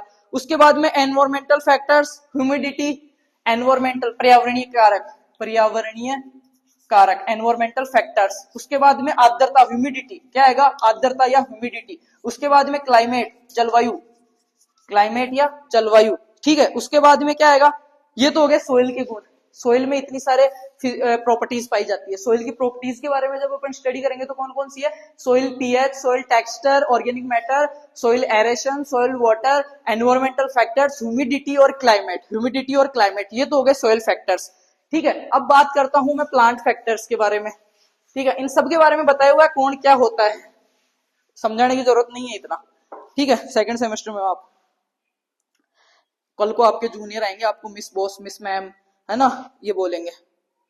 प्लांट फैक्टर्स में आता है रूट स्ट्रक्चर, सबसे पहले बात करेंगे प्लांट स्ट्रक्चर्स की, प्लांट के गुणों के बारे में, तो सबसे पहले आएगा रूट स्ट्रक्चर्स, रूट स्ट्रक्चर, जड़ की कौन सी प्रवृत्ति है, क्या उसकी संरचना है, किस हिसाब से वो ले रहा है।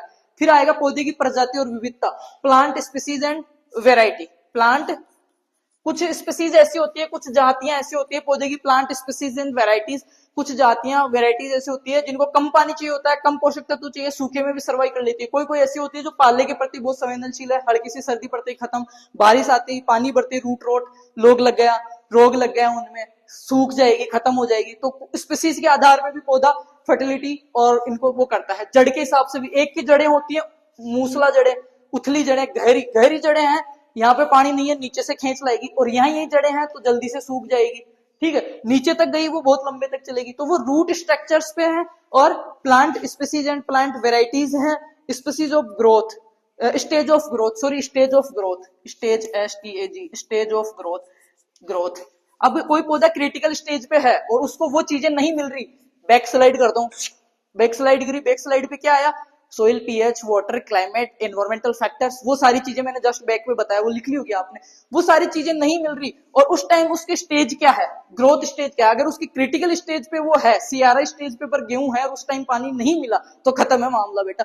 पर उसके अलावा कोई ऐसी स्टेज थी उस पर तो दे दिया, वहां नहीं मिला तो काम चल जाएगा, तो वो मैटर करती है। ये मैं बता रहा हूँ आपको प्लांट्स के बारे में। किसके बारे में बात कर रहे हैं अपन, पौधे के कारक, प्लांट फैक्टर्स। उसमें सबसे पहले हमने बात किया प्लांट फैक्टर्स में रूट स्ट्रक्चर, आपको दिख रहा है। सेकंड नंबर पे मैंने बात करी बेटा plant species and plant varieties के बारे में।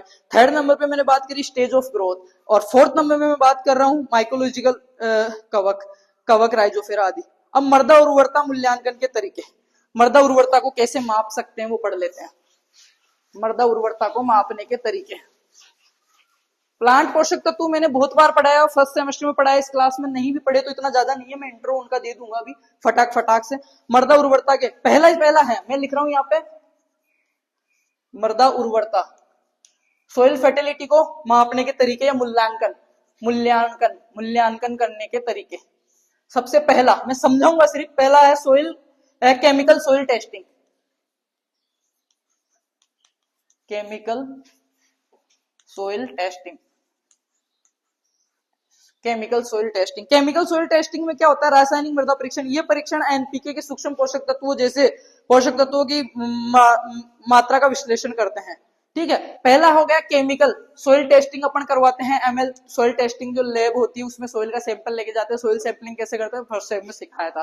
तो सोइल का सैंपल लेके गए, उसमें अपने जांच करवाई कि क्या क्या कम है क्या क्या ज्यादा है। तो सबसे मैटर जो इसमें करता है वो सबसे पहले एक ही होता है, अपने एसेंशियल न्यूट्रिएंट्स, आवश्यक पोषक तत्वों के बारे में। आवश्यक पोषक तत्वों में से वो बताएगा कि भाई ये पोषक तत्व तुम्हारे कम है, ये वाला खाद यूज कर सकते हो तुम, ये वाली मैन्योर या फर्टिलाइजर यूज कर सकते हो। और आवश्यक पोषक एसेंशियल न्यूट्रिएंट्स क्या होते हैं, आर्नोल्ड स्टाउट ने इनका सिद्धांत दिया था। एसेंशियल न्यूट्रिएंट्स की जो थ्योरी दी थी, दो साइंटिस्ट थे आर्नोल्ड स्टाउट, और उन्होंने तीन थ्योरी, इसमें 3 पॉइंट बताया। पहला पॉइंट क्या बताया, जिस पोषक तत्व की कमी है उसी पोषक तत्व से पूरी होगी। फर्स्ट ऑल, जिस पोषक तत्व की, जिस स्पेसिफिक प्लांट न्यूट्रिएंट्स की डेफिशिएंसी है वो ही प्लांट न्यूट्रिएंट्स को कंप्लीट कर सकता है। सेकंड, उन्होंने बताया कि उस पोषक तत्व के बिना पौधा लाइफ साइकिल कंप्लीट नहीं कर पाएगा, अपना जीवन चक्र पूरा नहीं कर पाएगा। थर्ड, उन्होंने क्या बताया बेटा कि ये पोषक तत्व है जो न्यूट्रिएंट है, एसेंशियल न्यूट्रिएंट्स जो होते हैं वो डायरेक्ट पौधे की मेटाबॉलिक प्रोसेसेस जो होती हैं, मेटाबॉलिक प्रोसेसेस जो होती हैं उसकी जो क्रियाकलाप जो होते हैं उसकी, उनमें क्या होते हैं, निहित होते हैं। उनको क्या बोलते हैं, आवश्यक पोषक तत्व या एसेंशियल न्यूट्रिएंट्स। ये 17 होते हैं, पहले 16 थे, 17वां कौन सा था, निकल था, जिसने ब्राउन ने खोजा था। 17 पोषक हो गए। इनके अलावा 3 संरचनात्मक होते हैं, CHO, जो कि पादप का लगभग 96% भाग इन्हीं से बना होता है। इनको देने की जरूरत नहीं है, पौधा अपने आप ले लेता है कार्बन, हाइड्रोजन और ऑक्सीजन को। बात करता हूं मैं आगे। और ये 17 में से जो प्राइमरी होते हैं वो होते हैं NPK, nitrogen phosphor potassium. Secondary जो होते हैं एनपीके वो होते हैं जिनकी 1 ppm से अधिक मात्रा में आवश्यकता होती है, 1 ग्राम से अधिक। और सेकेंडरी होते हैं CA, MgS। इसके अलावा जो बच गए सल्फर अल्फर, वो सारे किसमें आ गए, वो किसमें आ गए, थर्ड तृतीय या माइक्रोन्यूट्रिएंट में आ गए। ये तो हो गए न्यूट्रिएंट्स की थोड़ी सी थ्योरी। तो जब सोइल का टेस्ट करवाते हैं सबसे पहले तो उसमें एसेंशियल न्यूट्रिएंट जो 17 न्यूट्रिएंट्स हैं उनके बारे में ही सबसे पहले अपने को जो सोइल साइंस वाले हैं वो बताते हैं। दूसरा मैं क्या बता रहा हूँ, मृदा उर्वरता, सोइल फर्टिलिटी तो समझ में आ गई, पर इसकी जांच कैसे करेंगे कि यार सोइल अच्छी है या नहीं। तो सबसे पहले करेंगे उसका टेस्ट करवाएंगे, तब अपने को पता चलेगा कि यार ये 17 पोषक तत्व पूरे हैं या नहीं। और 17 क्यों जरूरी है, अपने जो आर्नोल्ड स्टाउट भाई साहब थे वो बैठे ही उन्होंने फोन करके कर दिया कि एसेंशियल न्यूट्रिएंट्स की थ्योरी दे दी है, 3 चीज बता दी है, जो न्यूट्रिएंट कम है वो उसी से पूरा होगा, जिसकी डेफिशिएंसी हो रही है वो उसी से कंप्लीट होगी। सेकेंडरी, जिसकी डेफिशिएंसी है उसके बिना लाइफ साइकिल कंप्लीट नहीं कर पाएगा। थर्ड, जो डेफिशिएंसी है जो न्यूट्रिएंट स्पेसिफिक, वो ही उसके मेटाबॉलिक प्रोसेस है उसमें डायरेक्ट क्या होगा, इन्वॉल्व होगा। ये 3 थ्योरीज दे दी फोन पे बैठे बैठे दे दी। तो फिर मैंने सोइल टेस्टिंग करवाया जाके लैब में, सोइल वाले ने कहा तीनों भाई साहब डन है, आर्नोल्ड स्टाउट सही कहा था, तीनों मामला परफेक्ट है, काम चेपो खींच के, सोइल फर्टाइल है। दूसरा क्या कर सकता हूं मैं इस पे, visual observation of plant health. Visual observation क्या कर सकता हूं, विजुअल ऑब्जर्वेशन,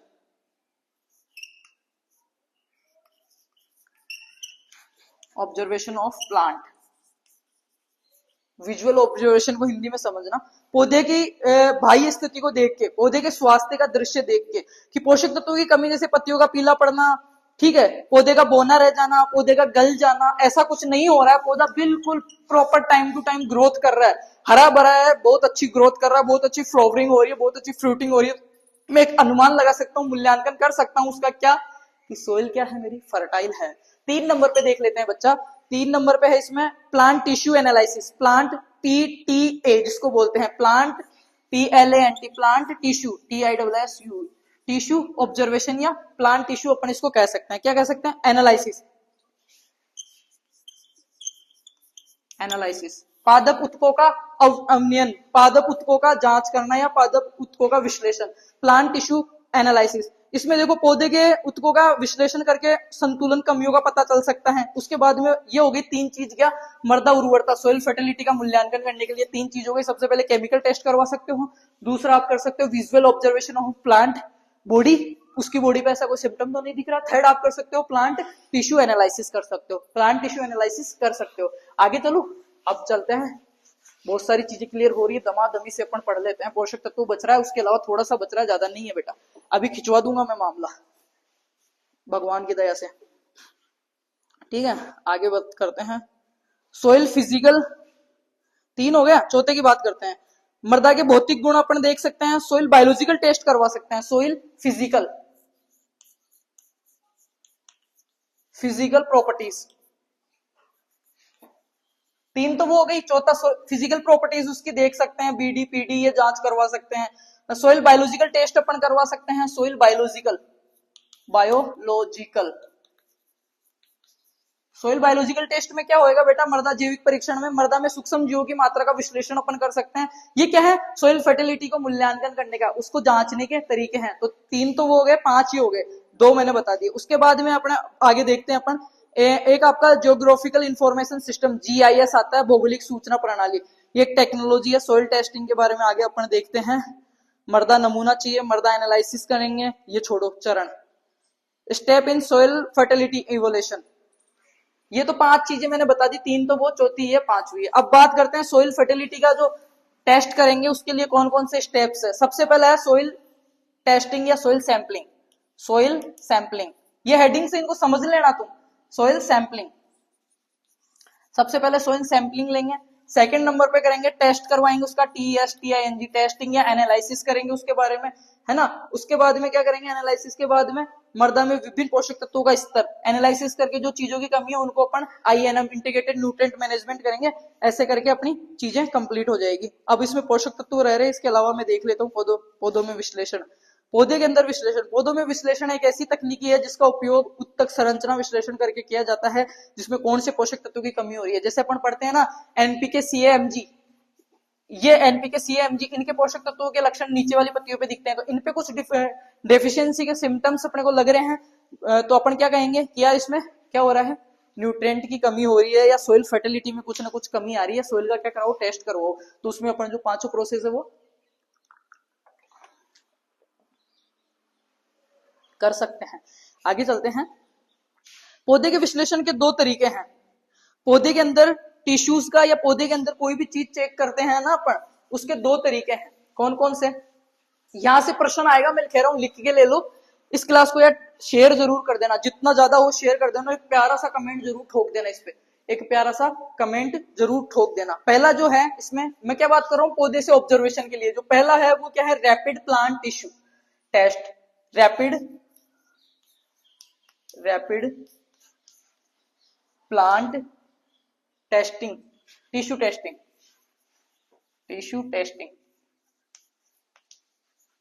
प्लांट, इसको याद कर लेना, बहुत महत्वपूर्ण है। Rapid plant tissue testing, rapid plant tissue testing दिख रहा होगा, रैपिड प्लांट टिश्यू टेस्टिंग दिख रहा है। रैपिड प्लांट टिश्यू टेस्टिंग एक प्रकार की प्लांट एनालिसिस है जो पौधे की पोषक स्थिति का मूल्यांकन करने के लिए सुविधाजनक और हैंड टू हैंड, बहुत फास्ट और सुविधाजनक तरीका है। किसका, पौधे के जो प्लांट के टिश्यूज है, पौधे के जो टिश्यूज है उनके बारे में एनालिसिस करने का। और टिश्यू के बारे में क्या एनालिसिस करेंगे कि इसमें न्यूट्रिएंट्स, पीएच वगैरह सारा सही है या नहीं। किसका, सोइल का। यहां से ही पता चल जाएगा, अगर इनमें कुछ दिक्कत होगी तो यहाँ पे दिख जाएगा अपने को, ठीक है, यहाँ पे दिख जाएगा बेटा। आगे बात करते हैं। इन परीक्षण का उपयोग अवसर फील्ड सेटिंग में किया जाता है, जहां पे समय पर प्रबंधन का निर्णय लेने के तत्काल परिणाम की आवश्यकता होती है, वहां पे किया जाता है। तत्काल परिणाम अगर अपने को चाहिए कि इस मृदा में कौन सा पौधा लगाऊं क्या, तो वहां पे जो पौधा लगा हुआ है उसका कोई भी एक टिश्यू लीजिए। रैपिड प्लांट, रैपिड का मतलब होता है बहुत fast track. Rapid plant tissue testing, उसकी टेस्टिंग करेंगे, ये बहुत फास्ट होता है, सुविधाजनक है और बिल्कुल ऑफिशियल, बिल्कुल टेस्टिंग के बाद में जो डेटा अपने पास आएंगे बिल्कुल प्रॉपर डेटा जिसमें अपने को मिलते हैं। आगे देख लेते हैं इसी में।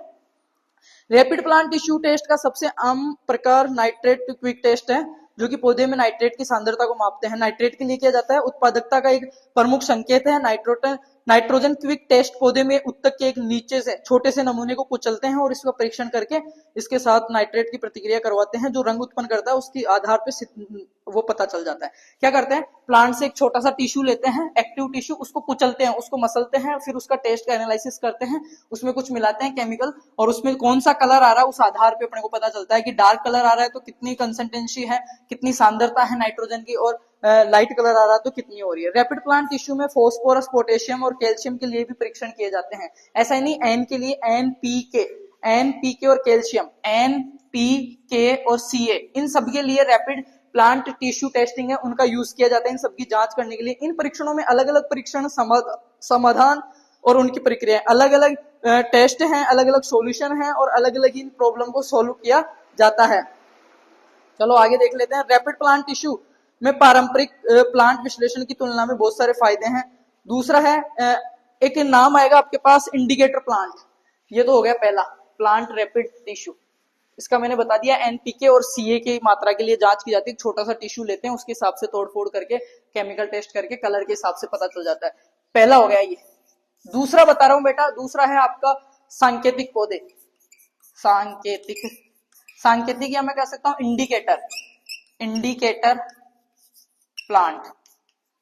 इंडिकेटर क्या होता है? देखो, इंडिकेटर आपकी गाड़ी का होता है साइड में से, इधर घूमूंगा तो इधर, ठीक है, मतलब संकेत देता है कि मेरे को इधर जाना है। तो वो इंडिकेटर प्लांट्स क्या होते हैं? अपने को संकेत देते हैं कि भाई तेरे इस चीज की कमी है। ई पौधे या प्लांट इंडिकेटर्स कुछ ऐसे पौधे होते हैं जिनका वितरण जलीय या स्थलीय आवासों में कुछ तत्वों की सामग्री का पता लगाने के लिए किया जाता है। इनका उपयोग जल प्रदूषण की निगरानी, जमा की खोज, सांकेतिक शैवाल आदि का किया जा सकता है। किसी विशिष्ट क्षेत्र की मिट्टी का प्रकार, गुणवत्ता आदि के लिए, जैसे लाइकेन जैसे कुछ पौधे वायु की गुणवत्ता का संकेत देते हैं।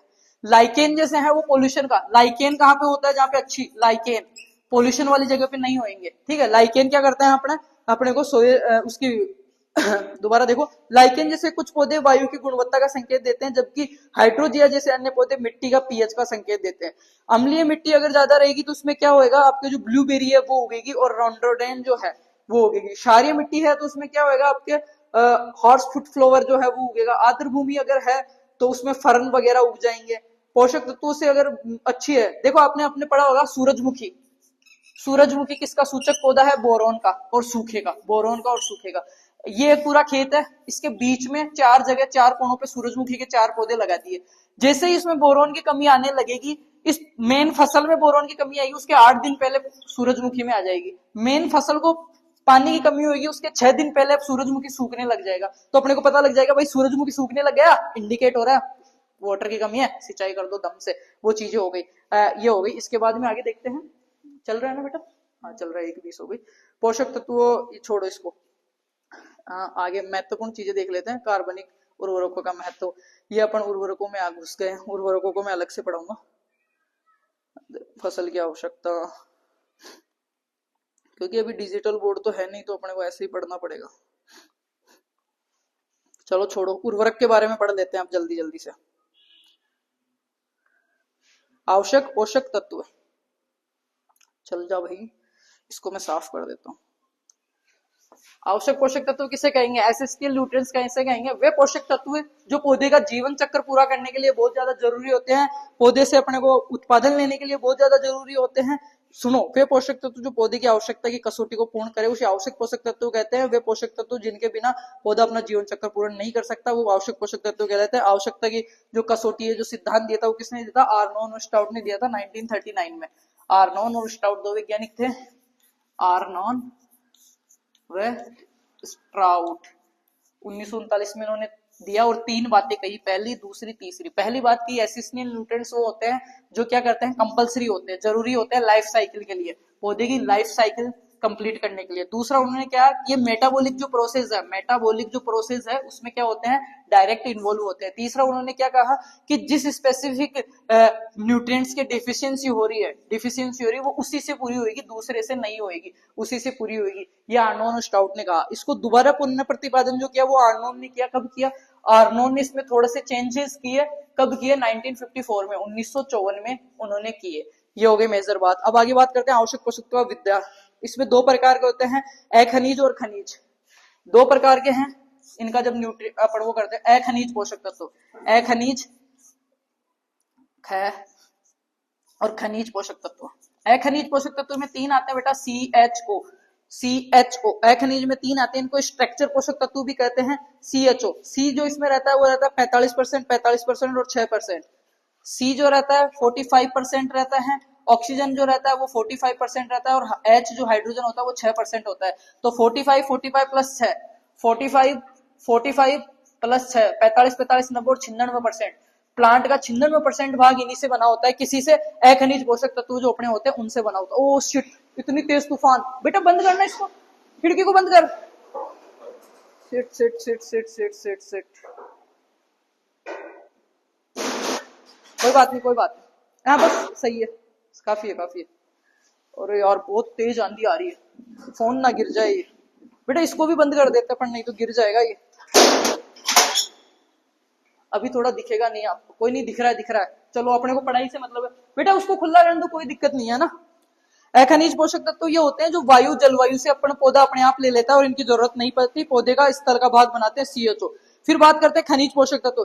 खनिज में जिनकी 1 ppm से अधिक आवश्यकता होती है उनको क्या बोलते हैं, प्राथमिक पोषक तत्व। इसमें आएगा अखनिज वाले खनिज, ठीक है, अखनिज खनिज में प्राथमिक प्राइमरी NPK, द्वितीयक में आएगा CaMgS, और तृतीयक में जितने भी सूक्ष्म बच गए वो सारे तृतीयक पोषक तत्वों में आएंगे, ठीक है।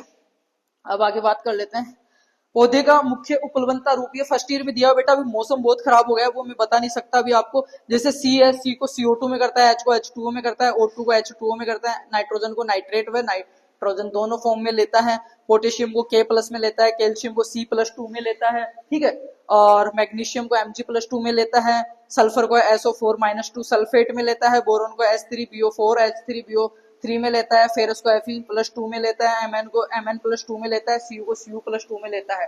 एक सेकंड तूफान दिखा देता हूं मैं आपको, दिख जाएगा शायद आपको, बहुत ही अच्छा तूफान हो रहा है और हम क्लास रिकॉर्ड कर रहे हैं। आ रहा है मजा? लाइट वगैरह कुछ नहीं आ रही, चलो कंटिन्यू करते हैं अपन।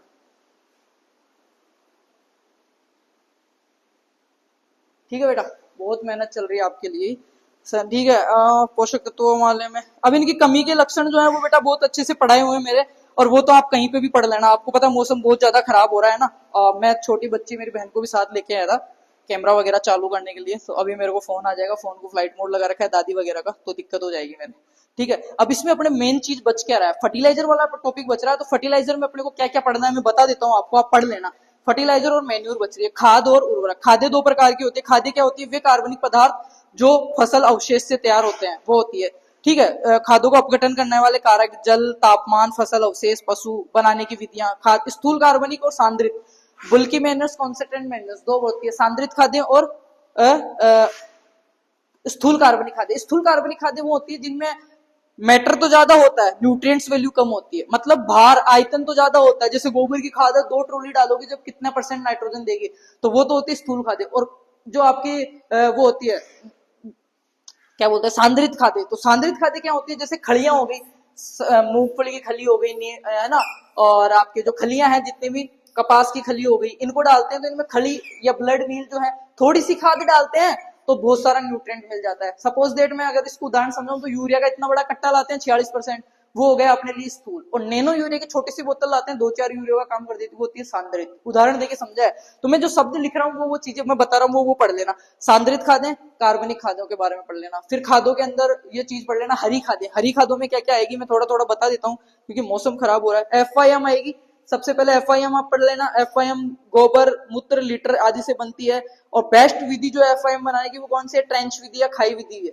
ट्रेंच या खाई, जिसकी खोज किसने की थी, CN आचार्य ने, CN आचार्य ने की थी, CN आचार्य ने की थी इसकी खोज, ठीक है, FIM बनाने की। उसके बाद में अपन बात करते हैं हरी खाद। हरी खाद में क्या होता है, MB हल, MB प्लाऊ आता है एक, MB प्लाऊ के माध्यम से ग्रीन मैन्योर्स किसे कहेंगे, खेत के अंदर क्या करेंगे, जब पौधा मिल्किंग स्टेज पे होता है, दूधी अवस्था पे होता है, फ्लावरिंग स्टेज पे होता है, बिल्कुल हरा भरा होता है, कौन कौन सा, सनई, ढेचा, पटसन, जूट, ये क्या है, अपनी हरी खादें हैं बेटा। तो इस टाइम अपन क्या करते हैं, उसको बिल्कुल फ्लावरिंग स्टेज पे, बिल्कुल मिल्किंग स्टेज पे MB प्लाऊ के माध्यम से उसको पलट देते हैं, वहीं पे खेत में उस पे हैरो चला देते हैं, प्लाऊ चला देते हैं, वो दब जाता है, उससे ऑर्गेनिक मैटर की पूर्ति हो जाती है और कुछ माइक्रो न्यूट्रिएंट्स है वो भी सोइल में प्रोवाइड हो जाते हैं, तो उसको बोलते हैं हरी खादें। अब हरी खाद में मृदा में कार्बनिक पदार्थ बढ़ाने के लिए की जाती है, 50% फूल आने पे इसको किया जाता है, 50% फूल आने पे किया जाता है। अब हरी खाद भी 2 प्रकार की होती है, पहले तो खाद पड़ी, खाद में 2 पड़ी, कौन कौन सी, सांद्रित और स्थूल। सांद्रित और स्थूल मैंने बताया, जो सांद्रित होती है वो कम सामान में ज्यादा न्यूट्रिएंट्स देती है, मैटर और आयतन तो कम होता है, भार तो उनका कम होता है, वैल्यू तो उनकी कम होती है, पर उनकी न्यूट्रिएंट एफिशिएंसी, न्यूट्रिएंट वैल्यू वो मैक्सिमम होती है, न्यूट्रिएंट्स प्रोवाइड एफिशिएंसी। स्थूल में क्या होता है, बहुत सारा मामला होता है, इतना सारा सामान होता है, न्यूट्रिएंट इतने से मिलते हैं। फिर हरी खाद पड़ी, हरी खाद हमने पढ़ी कि कुछ ऐसे पौधे जिनको हरी अवस्था में मिल्किंग स्टेज पे 50% फ्लावरिंग स्टेज में MB प्लाऊ द्वारा दबा दिया जाता है। तो ये 2 प्रकार की होती है, इन सिटू और एक्स सिटू, एन सिटू और एक्स सिटू। एक्स सिटू में क्या होता है, जैसे नीम की पत्तियां हो गई या और कुछ ऐसी होगी जिसको अपन खेत के बाहर से हरे रूप में लाते हैं, फिर खेत में पटक के हैरो चलाते हैं, उसको बोलते हैं एक्स सिटू। इन सिटू में क्या होता है, खेत में मैंने पटसन, जूट, सनई या ढेंचा, ढेंचा मैंने लगाया, ढेंचा, सस्पेन या रोस्टेटा, तने पे गांठे, सबसे बेस्ट हरी खाद में आती है, ठीक है। ढेंचा मैंने लगाया, खेत के अंदर उगाया ढेंचा, और ढेंचा जब मेरा आधा पक गया, लगभग फ्लोवरिंग स्टेज पे था, दूधिया अवस्था पे था, उस टाइम एमबी प्लाऊ लगा के मैंने इसको उल्ट कर दिया यही खेत में, तो वो हो गई हरी खाद की in situ process. Ex situ में कहीं बाहर से मैं ढेंचा ला रहा हूँ या बाहर से नीम की पत्तियां या ऐसी कुछ खड़ी कपास लेके आ रहा हूँ हरे ग्राउंड में, और उसको लाके कुछ प्लांट अवशेष जो है वो लाके मैं मेरे खेत में डाल के फिर एरो लगा रहा हूँ। बाहर से अगर कुछ चीज लाके कर रहे हैं तो एक्स सीटू, और अंदर के अंदर कर रहे हैं तो इन सीटू। ये हो गए हरी खादों के प्रकारों के बाद, हरी खादों के प्रकारों के बाद। इसके बाद में वर्मी कंपोस्ट आप पढ़ लेना बेटा। वर्मी वर्मी कंपोस्ट के बारे में अगर आप पढ़ोगे तो वर्मी कंपोस्ट का वायु संचार बढ़ जाता है एनपीके 0.12 से 0.32 और 0.7। उसके बाद में बेंगलोरा विधि है, वर्मी कंपोस्ट बनाने की 3 विधियां हैं। नेडेफ विधि जो महाराष्ट्र के नेडेफ काका ने दी थी, पहली है नेडेफ विधि, दूसरी है बनाने की इंदौर विधि जो किसने दी थी, आपके एल्बर्ट होवार्ड ने दी थी इंदौर विधि। इसके बाद में बेंगलोरा विधि है जो सीएन आचार्य ने दी थी, ठीक है। फिर आप खाद और उर्वरक में अंतर पढ़ना, खाद और उर्वरक, खाद मैन्यूर एंड फर्टिलाइजर, उर्वरक, खोल दे बेटा इसको खिड़की को, खाद और उर्वरक खोल दो आराम से। खाद और उर्वरक में आप अंतर पढ़ लेना, क्या क्या, खाद और उर्वरक में आपको अंतर पढ़ना है। उसके बाद में आपको क्या करना है, खाद और उर्वरक में मेजर डिफरेंस में बता देता हूँ। खादें क्या होती है, सभी खादें कार्बनिक होती है, और ये क्या होती है, उर्वरक अकार्बनिक होते हैं। मेरे को एक चीज बताओ, इधर है आपकी खाद, इधर है उर्वरक। खाद में मैंने बताया या तो ये खड़ियां वगैरह आएगी, या हरी खाद आएगी, या गोबर एफआईएम वर्मी कंपोस्ट आएगा। तो ये क्या है आपकी कार्बनिक, ये क्या है, इधर क्या आएगा, फर्टिलाइजर्स क्या आएंगे, फर्टिलाइजर्स हमेशा केमिकल वाले आएंगे, केमिकल वाले आएंगे, एक प्रयोगशाला, लेब या फैक्ट्री, कल कारखानों में बने हुए आते हैं। फर्टिलाइजर्स जो होते हैं उर्वरक, उनकी क्या होती है, न्यूट्रिएंट्स एफिशिएंसी अधिक होती है, थोड़ा सा ही दो बहुत ज्यादा मात्रा में पोषक तत्व मिल जाएंगे। खाद्य क्या होती है, नेचुरली होती है।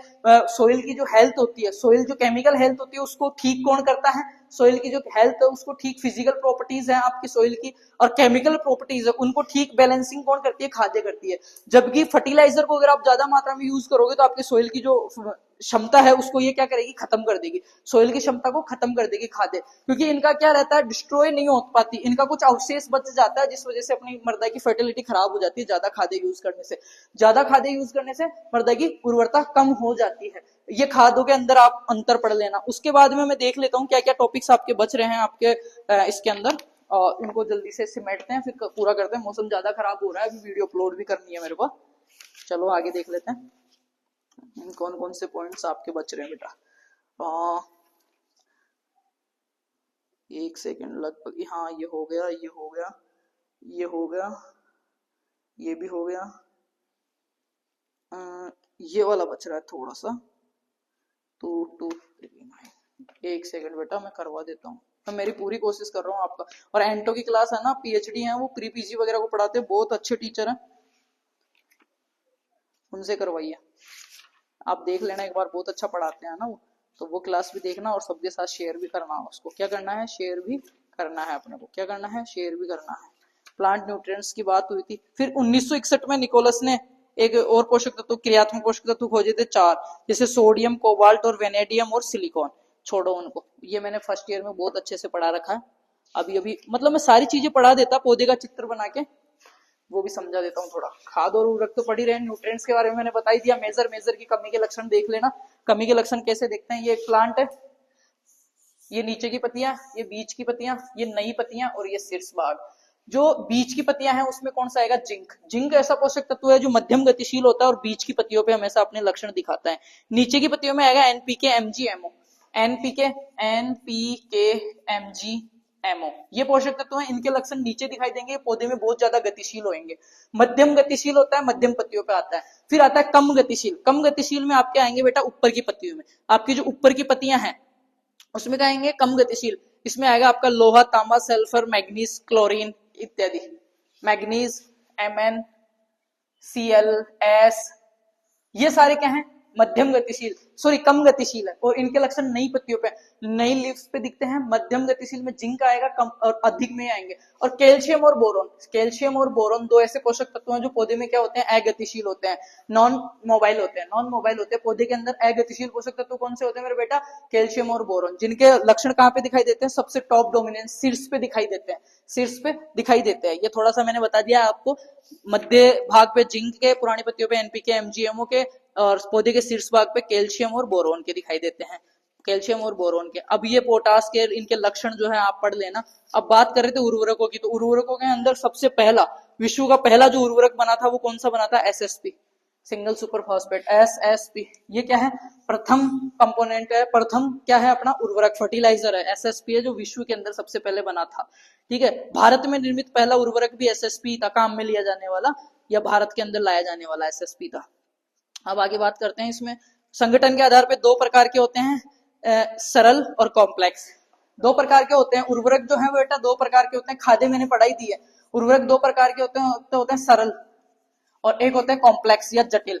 एक होते हैं सरल, एक होते हैं कॉम्प्लेक्स या जटिल। जो सरल उर्वरक होते हैं अपने, तो उनमें क्या होता है, इनमें एनपीके में से एक ही पाया जाएगा। जो अपने प्राथमिक पोषक तत्व है एनपीके, इनमें से एक पोषक तत्व पाया जाता है, उसको क्या बोलते हैं? स्ट्रेट या सरल पोषक तत्व। कॉम्प्लेक्स या जटिल किसको बोलते हैं? जिनमें से अपने एनपीके जो पोषक तत्व हैं जटिल अथवा संयुक्त, कॉम्प्लेक्स या कॉम्बिनेंट फर्टिलाइजर्स, इनमें से एक से अधिक प्राथमिक पोषक तत्व इनमें पाए जाते हैं, उनको बोलते हैं। अब मात्रा के आधार पर इनको दो भागों में बांटा है उर्वरकों को। पहले तो मैंने बता दिया कंपोनेंट्स के आधार पर उर्वरकों का वर्गीकरण। कंपोनेंट्स के आधार पर दो प्रकार के बांटे गए हैं उर्वरकों को, सरल और जटिल। सरल में वो है प्राथमिक पोषक तत्व एनपीके में से अगर एक ही पोषक तत्व पाया जा रहा है, एनपीके प्राइमरी न्यूट्रिएंट्स में से अगर एक पोषक तत्व पाया जाता है तो सरल है, और एक से अधिक पाया जाता है तो कॉम्प्लेक्स, कॉम्बिनेट या जटिल पोषक तत्व है। ये मैंने बताया उसके संगठन के आधार पर। अब मैं दूसरा जो आपको क्लासिफिकेशन बता रहा हूं उर्वरकों का, वो बता रहा हूं पोषक तत्वों की मात्रा के आधार पर। ये तो हो गया पोषक तत्वों के संख्या के आधार पर। अब देखो मात्रा के आधार पर, मात्रा के आधार पे कितने प्रकार के हैं न्यूट्रिएंट्स की? मात्रा के आधार पे हैं दो प्रकार के। पहला है लो एनालिसिस, पहला है लो निम्न विश्लेषक, लो एनालिसिस, और दूसरा है हाई एनालिसिस, उच्च विश्लेषक, हाई एनालिसिस, उच्च विश्लेषक उर्वरक। लो एनालिसिस में कौन कौन से आते हैं बेटा? लो एनालिसिस में आएंगे वे उर्वरक जिनमें एनपीके की कुल मात्रा 25% से कम होती है। एनपीके की कुल मात्रा, एनपीके तीनों की मिला के 25% से कम मात्रा जिस पोषक तत्व में है, सॉरी जिस फर्टिलाइजर में है, वो क्या कहलाएगा? लो एनालिसिस फर्टिलाइजर कहलाएगा। क्या कहलाएगा? लो एनालिसिस फर्टिलाइजर कहलाएगा। और दूसरा जो है हाई एनालिसिस, जिसमें लगभग 25% से ज्यादा है, 25% से एनपीके की तीनों की, चाहे वो कोई सा ही हो, 25% से अबाउ देन, मोर देन 25% अगर उसमें है तो वो क्या कहलाएगा? High analysis. जैसे मैं बात कर लू यूरिया, किसकी बात करूं मैं अगर बेटा? यूरिया की, तो यूरिया में क्या पाया जाता है? 46% नाइट्रोजन पाया जाता है। 46%, तो यूरिया क्या हो गया? 25% से ज्यादा हो गया। नाइट्रोजन प्राथमिक में हो गया 46% पाया जाता है, मतलब 25% से मोर देन 25, तो ये क्या हो गया? हाई एनालिसिस फर्टिलाइजर हो गया। उसके बाद में मैं अगर बात करूं बेटा डीएपी की, तो डीएपी में 18% नाइट्रोजन और 46% P25 पाया जाता है। डीएपी, डीएपी की बात करूं तो इसमें क्या पाया जाता है आपका? 46% तो फॉस्फोरस पाया जाता है। डीएपी के अंदर क्या पाया जाता है आपका? 46% तो फॉस्फोरस और 18% नाइट्रोजन। 18% तो नाइट्रोजन और 46% इसमें क्या पाया जाता है? फॉस्फोरस पाया जाता है। तो ये भी क्या हो गया आपका? हाई एनालिसिस उर्वरक हो गया। अब बात करूं निम्न विश्लेषक में, तो एसएसपी हो गया आपका। कौन सा हो गया? SSP, single super phosphate. 16% ही पाया जाता है इसमें, 16% ही पाया जाता है। तो 16% तो 25 से कम हो गया, 16% तो क्या हो गया? 25 से कम हो गया। तो ये क्या हो गया अपना? निम्न विश्लेषक या लो एनालिसिस हो गया। अब बात करते हैं पोषक तत्वों की स्थिति के आधार पे नाइट्रोजन वाले युक्त, नाइट्रोजन युक्त उर्वरक, मतलब मैं कह सकता हूं नाइट्रोजन वाले फर्टिलाइजर। तो नाइट्रोजन वाले भी हैं, कौन कौन से हैं? एक तो नाइट्रेट युक्त, जिनमें नाइट्रोजन है नाइट्रेट के रूप में पाई जाती है। दूसरा अमोनिया, तीसरा एमाइड, साइनेमाइड। फिर पोटेशियम वाले आएंगे, क्लोराइड वाले आएंगे, ठीक है, यूरिया वाले आएंगे। उसके बाद में अपन बात कर लेते हैं खादों के बारे में, जीवांश खाद या ऑर्गेनिक मैटर। गोबर की खाद, गोबर की खाद में एनपीके की मात्रा 0.25 0.05 0.25 0.5। गोबर की खाद 0.5 0.25 और 0.5 एनपीके, ये है गोबर की खाद। खादें दो प्रकार की होती है, मैंने बता दिया, सांद्रित और स्थूल। स्थूल में क्या होता है? सामान तो ज्यादा होते हैं, न्यूट्रिएंट कम होते हैं। सांद्रित में क्या होता है? न्यूट्रिएंट ज्यादा होते हैं, सामान कम होते हैं। और हरी खादों के बारे में दो चीज मैंने बताई, दो होती है एक्स सीटू और इन सीटू। इन सीटू खेत की खेत में पलटी दे देते हैं, एक्स सीटू में बाहर से लाके पत्तियां वगैरह गोरेज वगैरह डाल के फिर करते हैं, वो एक्स सीटू कहलाती है। तो वो क्या कहलाती है? आपकी एक्स सीटू कहलाती है। उसके बाद में बात कर लेते हैं अपन, थोड़ा सा टॉपिक्स आपके आई थिंक रह रहे हैं या करवा दिए मैंने, लगभग टॉपिक्स को टच किया है इस क्लास में बेटा। तो अब सोइल फर्टिलिटी और प्रोडक्टिविटी में अंतर, मैं क्वेश्चंस भी यहाँ पे लिख देता हूं आपके, अंतर यहाँ पे सोइल फर्टिलिटी और प्रोडक्टिविटी में अंतर। दूसरा कर लेना, सोइल फर्टिलिटी को अफेक्ट करने वाले factors, soil physical properties, rapid RAPID rapid tissue test. इधर कर लेना प्राथमिक पोषक तत्व, इनका पूरा वर्गीकरण कंप्लीट, एनपीके सीएमजीएस की कमी से क्या क्या होता है, कौन कौन से सिम्टम्स होते हैं डिफिशियंसी से, वो सेकेंडरी में कर लेना। हरी खादों का वर्गीकरण, हरी खादें, यहां से क्वेश्चन आएगा मैं जो लिख रहा हूं हरी खादें। उसके बाद में लिख लेना संयुक्त या जटिल उर्वरक, संयुक्त या जटिल उर्वरकों का वर्गीकरण। संयुक्त उर्वरक वो बोलते हैं जिसमें एनपीके किसी प्राथमिक पोषक तत्वों में से एक से ज्यादा मात्रा में, या तो दो पोषक तत्व अवेलेबल हो या तीन हो उसमें। इसमें भी अपन पढ़ेंगे हाई एनालिसिस और लो एनालिसिस। हाई एनालिसिस में होते हैं तीनों पोषक तत्वों की मिला के मोर देन 25% अवेलेबल हो, और लो में 25% से कम हो, वो चीज पढ़ लेना। इसके अलावा आपको क्या पढ़ना है, soil properties, soil physical properties. Biological में आपको सूक्ष्म जीवों के बारे में देख लेना है, और खाद और उर्वरक में अंतर, खाद व उर्वरक में अंतर, ठीक है। सांद्रित खाद और कार्बनिक, सांद्रित खाद और स्थूल खाद में अंतर, सांद्रित खाद और स्थूल खाद में अंतर। इसके अलावा आपको क्या देखना है बेटा, रैपिड टिश्यू टेस्ट हो ही गया आपका। उसके अलावा आपको जो मैंने बताया था पौधे के अंदर ऑब्जर्वेशन करने की चीजें, ठीक है, जाइलम फ्लोएम और एक्टिव और पैसिव ट्रांसमिशन, ये दो चीज आपको याद करनी है। उसके अलावा आपको क्या पढ़ के जाना है, ये मैं पॉइंट्स बता रहा हूँ। रैपिड टिश्यू कल्चर जो है, रैपिड टिश्यू टेस्ट है, उसको कंफर्म देख के जाना, वो आएगा ही आएगा, ठीक है। सोइल फर्टिलिटी किसे कहते हैं, प्रोडक्टिविटी में अंतर। सोइल फर्टिलिटी को अफेक्ट करने वाले मैंने 4 कारक बताए। सोइल टेस्टिंग के लिए पौधे की बाह्य स्थिति देखकर, पौधे का फिजिकल कंडीशन को ऑब्जर्वेशन करके, केमिकल टेस्टिंग करवा के, आईएनएम इंटीग्रेटेड न्यूट्रिएंट मैनेजमेंट करके, क्रॉप रोटेशन करके, और क्या था क्लाइमेट, और क्या था क्लाइमेट के अलावा वाटर अवेलेबिलिटी। ये सारी चीजें क्लास समझ में आई होगी उम्मीद करता हूँ बहुत अच्छे से। तो भाई लोगों बिल्कुल फ्री ऑफ क्लास थी, आपका पेपर था, मैंने मेहनत करी है, बहुत दबा के मेहनत करी है। ट्राइपॉड वगैरह का अरेंज किया है, ट्राइपॉड भी नहीं मिला था मेरे को घर पे क्योंकि मेरा स्वास्थ्य खराब था कुछ दिनों से, तो मैं अभी आउट ऑफ स्टेशन हूँ, तो डिजिटल बोर्ड वगैरह नहीं था। पर इस जगह मेरे को ज्यादा फील आया पढ़ाने का, आपको पता नहीं समझने में आया नहीं आया, पर मेरे को ऐसा लगता है मेरी एफिशिएंसी है ना डिजिटल बोर्ड और प्रॉपर एसी वाले स्टूडियो से ज्यादा इस कमरे में ज्यादा आती है, क्योंकि यहाँ पे बहुत ही ज्यादा अटैचमेंट है, बहुत मतलब वो जो कहते हैं ना दिन देखे हैं वो चीजें करी है यहाँ पे। बहुत जीरो से शुरुआत करी थी, नहीं पता था कौन देख रहा है कौन नहीं देख रहा, बस हमारा काम था मेहनत करना। ये बंद कमरा अकेला, ये ऐसे ही आंधियां कोरोना के टाइम गर्मी में बिल्कुल, और लाइट भी नहीं है इस पे, तो यहाँ पे बिल्कुल बैठे रहना सारा दिन बनाना। फिर बिल्कुल स्लो नेटवर्क में 3G 4G तो कभी कभी आ रहा है, बिल्कुल स्लो नेटवर्क में एक वीडियो अपलोड करने में 2-3 घंटे लग रहे हैं, बैठे स्क्रीन पे देख रहे हैं, 40% 50% हो गया। फिर खुद आपके पिक्सलैब वगैरह में थंबनेल बना रहे हैं, खुद ही टैग टाइटल कर रहे हैं, तो सारी चीजें देख के आए हैं, उड़ के नहीं आए, क्योंकि लोगों को लगता है बहुत चीजें सही है, समझी है, आपको समझा रहे हैं, तभी मैं आपको बताता हूँ, चीजें समझाता हूँ। तो उम्मीद करता हूँ सही से समझ में आई होगी और मजा भी आएगा, कनेक्ट भी कर पाएंगे सब्जेक्ट से। सेल्फ एंटो की क्लास होगी, पर्सनालिटी डेवलपमेंट की हो चुकी है, और आपकी इसके अलावा मैंने कौन सी करवा दी, पर्सनालिटी डेवलपमेंट की करा दी, एनवायरमेंटल स्टडीज की करा दी। अब आपकी 3 क्लास बच रही है बेटा, fundamentals of plant pathology, fundamentals of entomology और livestock and poultry management. Livestock का कंप्लीट कोर्स करा दिया, प्लेलिस्ट अपडेट है, जाके देख लो, 15-15 मिनट की वीडियो, वन शॉट उसकी भी जाएगी, पैथोलॉजी की भी वन शॉट आएगी, और एंटोमोलॉजी की सुबह आपको मिल जाएगी।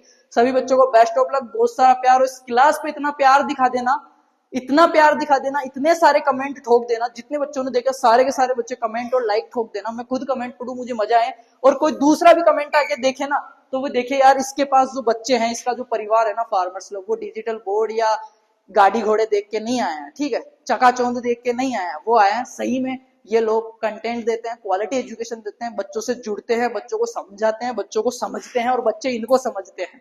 ये बात अगर आपको लगती है तो इस वीडियो पे इतना ज्यादा प्यार देना जितनी मैं उम्मीद कर रहा हूँ उससे ज्यादा। इसको जितने ग्रुप हैं, व्हाट्सएप है, इंस्टा, स्नैप, जो टेलीग्राम, जो सब पे शेयर कर दो, सारे यार दोस्तों के साथ शेयर कर दो, और एक उम्मीद करता हूँ जितने व्यूज होंगे उतनी कमेंट होगी, कमेंट करके जाना भूलना मत। Thank you so much, love you, best of luck, मिलते हैं नेक्स्ट क्लास में, ठीक है भाइयों। तो थैंक यू सो मच। एक बार आपको ट्राइपॉड भी मैं दिखा देता हूँ, ये चीजें मैं कोई शो ऑफ नहीं कर रहा, मैं बता रहा हूँ कि आपकी क्लास के लिए हम कितनी मेहनत कर रहे हैं, ठीक है, आपकी क्लास के लिए हम कितनी मेहनत कर रहे हैं, वो चीजें मैं दिखा रहा हूँ। वेट ए मिनट, ये मैं सेटअप दिखा देता हूँ।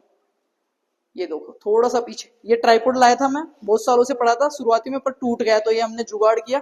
नीचे भी मैं आपको दिखा सकता हूँ कैसे कैसे क्या चीजें हो रही है, ठीक है। ये देखो दिख रहा है, दिख रहा है ना। तो ये हमारा सेटअप है, ये रूम है, यहाँ से हमने शुरू की थी माँ शारदा का आशीर्वाद से। ये बॉडी पार्ट्स है, हाथ नाक, प्राइमरी स्कूल में हमने शूट किया वीडियो। ये बाहर का सीन है, ये भी देख लो आप, मौसम कैसा हो रहा है, बहुत आंधी आंधी चल रही है, कोई भी नहीं है, ये देखो वो धूले दिख रही होगी आपको बहुत अच्छे से। तो ये चीजें यार मेहनत कर रहे हैं, एफर्ट्स हम लगा रहे हैं, तो उम्मीद करते हैं आप भी हमारे एफर्ट्स का रिटर्न करोगे। और इसी पे इतनी देर से आपकी क्लास हो रही थी, मजाक नहीं कर रहा, मैंने कोई चेंज नहीं किया, इसी में से ऐसे निकाला है मैंने, इसमें डाला हुआ था। तो बहुत मजा आएगा देख के आपको, जुड़े भी होंगे आप। पंखा बंद पड़ा है, लाइट भी नहीं जल रही है, ठीक है, लाइट भी नहीं जल रही है, ये ऊपर लाइट लगी हुई है, यहाँ पे बहुत कम आती है, पर फिर भी ये नीचे मेहनत आप देख सकते हो, इसमें कोई कॉम्प्रो नहीं है, ये अभी की है सारी, ये मेहनत अभी की है, सिर्फ 1 घंटा और 45 मिनट क्लास ली है, आप देख सकते हो। ये जो मेहनत है भाई, सब कुछ झूठा हो सकता है, मेरा स्टूडियो, लाइफ स्टाइल, बोलना, चलना, पहनना, सब झूठा हो सकता है, पर ये जो चीजें है ना, ये झूठी नहीं हो सकती, ये चीजें झूठी नहीं हो सकती, ये हमारी शुरुआती जर्नी है और इन चीजों से बहुत ज्यादा लगाव है और ये हमेशा रहेगी हमारे साथ। उम्मीद करता हूँ इस क्लास से, हमारे एफर्ट से आप बहुत कुछ सीखे होंगे और आपको मजा भी आएगा। ठीक है भाई लोगों, तो थैंक यू सो मच, और स्पेशल थैंक यू इस क्लास में हमारी गोलू दीदी का, जो हमारे साथ है। आजा गोलू, ठीक है, देख छुप रही है, ये लो, ये है हमारे साथ गोलू। गोलू हाय बोल दो सबको। और क्या कहना चाहोगे बच्चों को? अच्छे से पढ़ो, best of luck, thank you, ठीक है, ओके बाय। ये मेरी मझली बहन जिसको बोलते हैं, छोटी से बड़ी वाली चाचा की लड़की है, तो ये मैं इसको साथ लेके आऊं, 1.5 घंटे से 2 घंटे से ये भी यहीं बैठी है आंधी में। बाहर का सीन भी आपको मैं दिखा देता हूँ बेटा, ये देख लो, ये जहां तक नजर जा रही है ना, जहां तक देख पा रहे हो सारे अपने खेत है, ठीक है, जितना आप देख पा रहे हो, जितना कैमरा कर पा रहा है, ठीक है। तो thank you so much, best of luck, मिलते हैं नेक्स्ट क्लास में, लव यू। क्लास को ज्यादा से ज्यादा शेयर कर देना।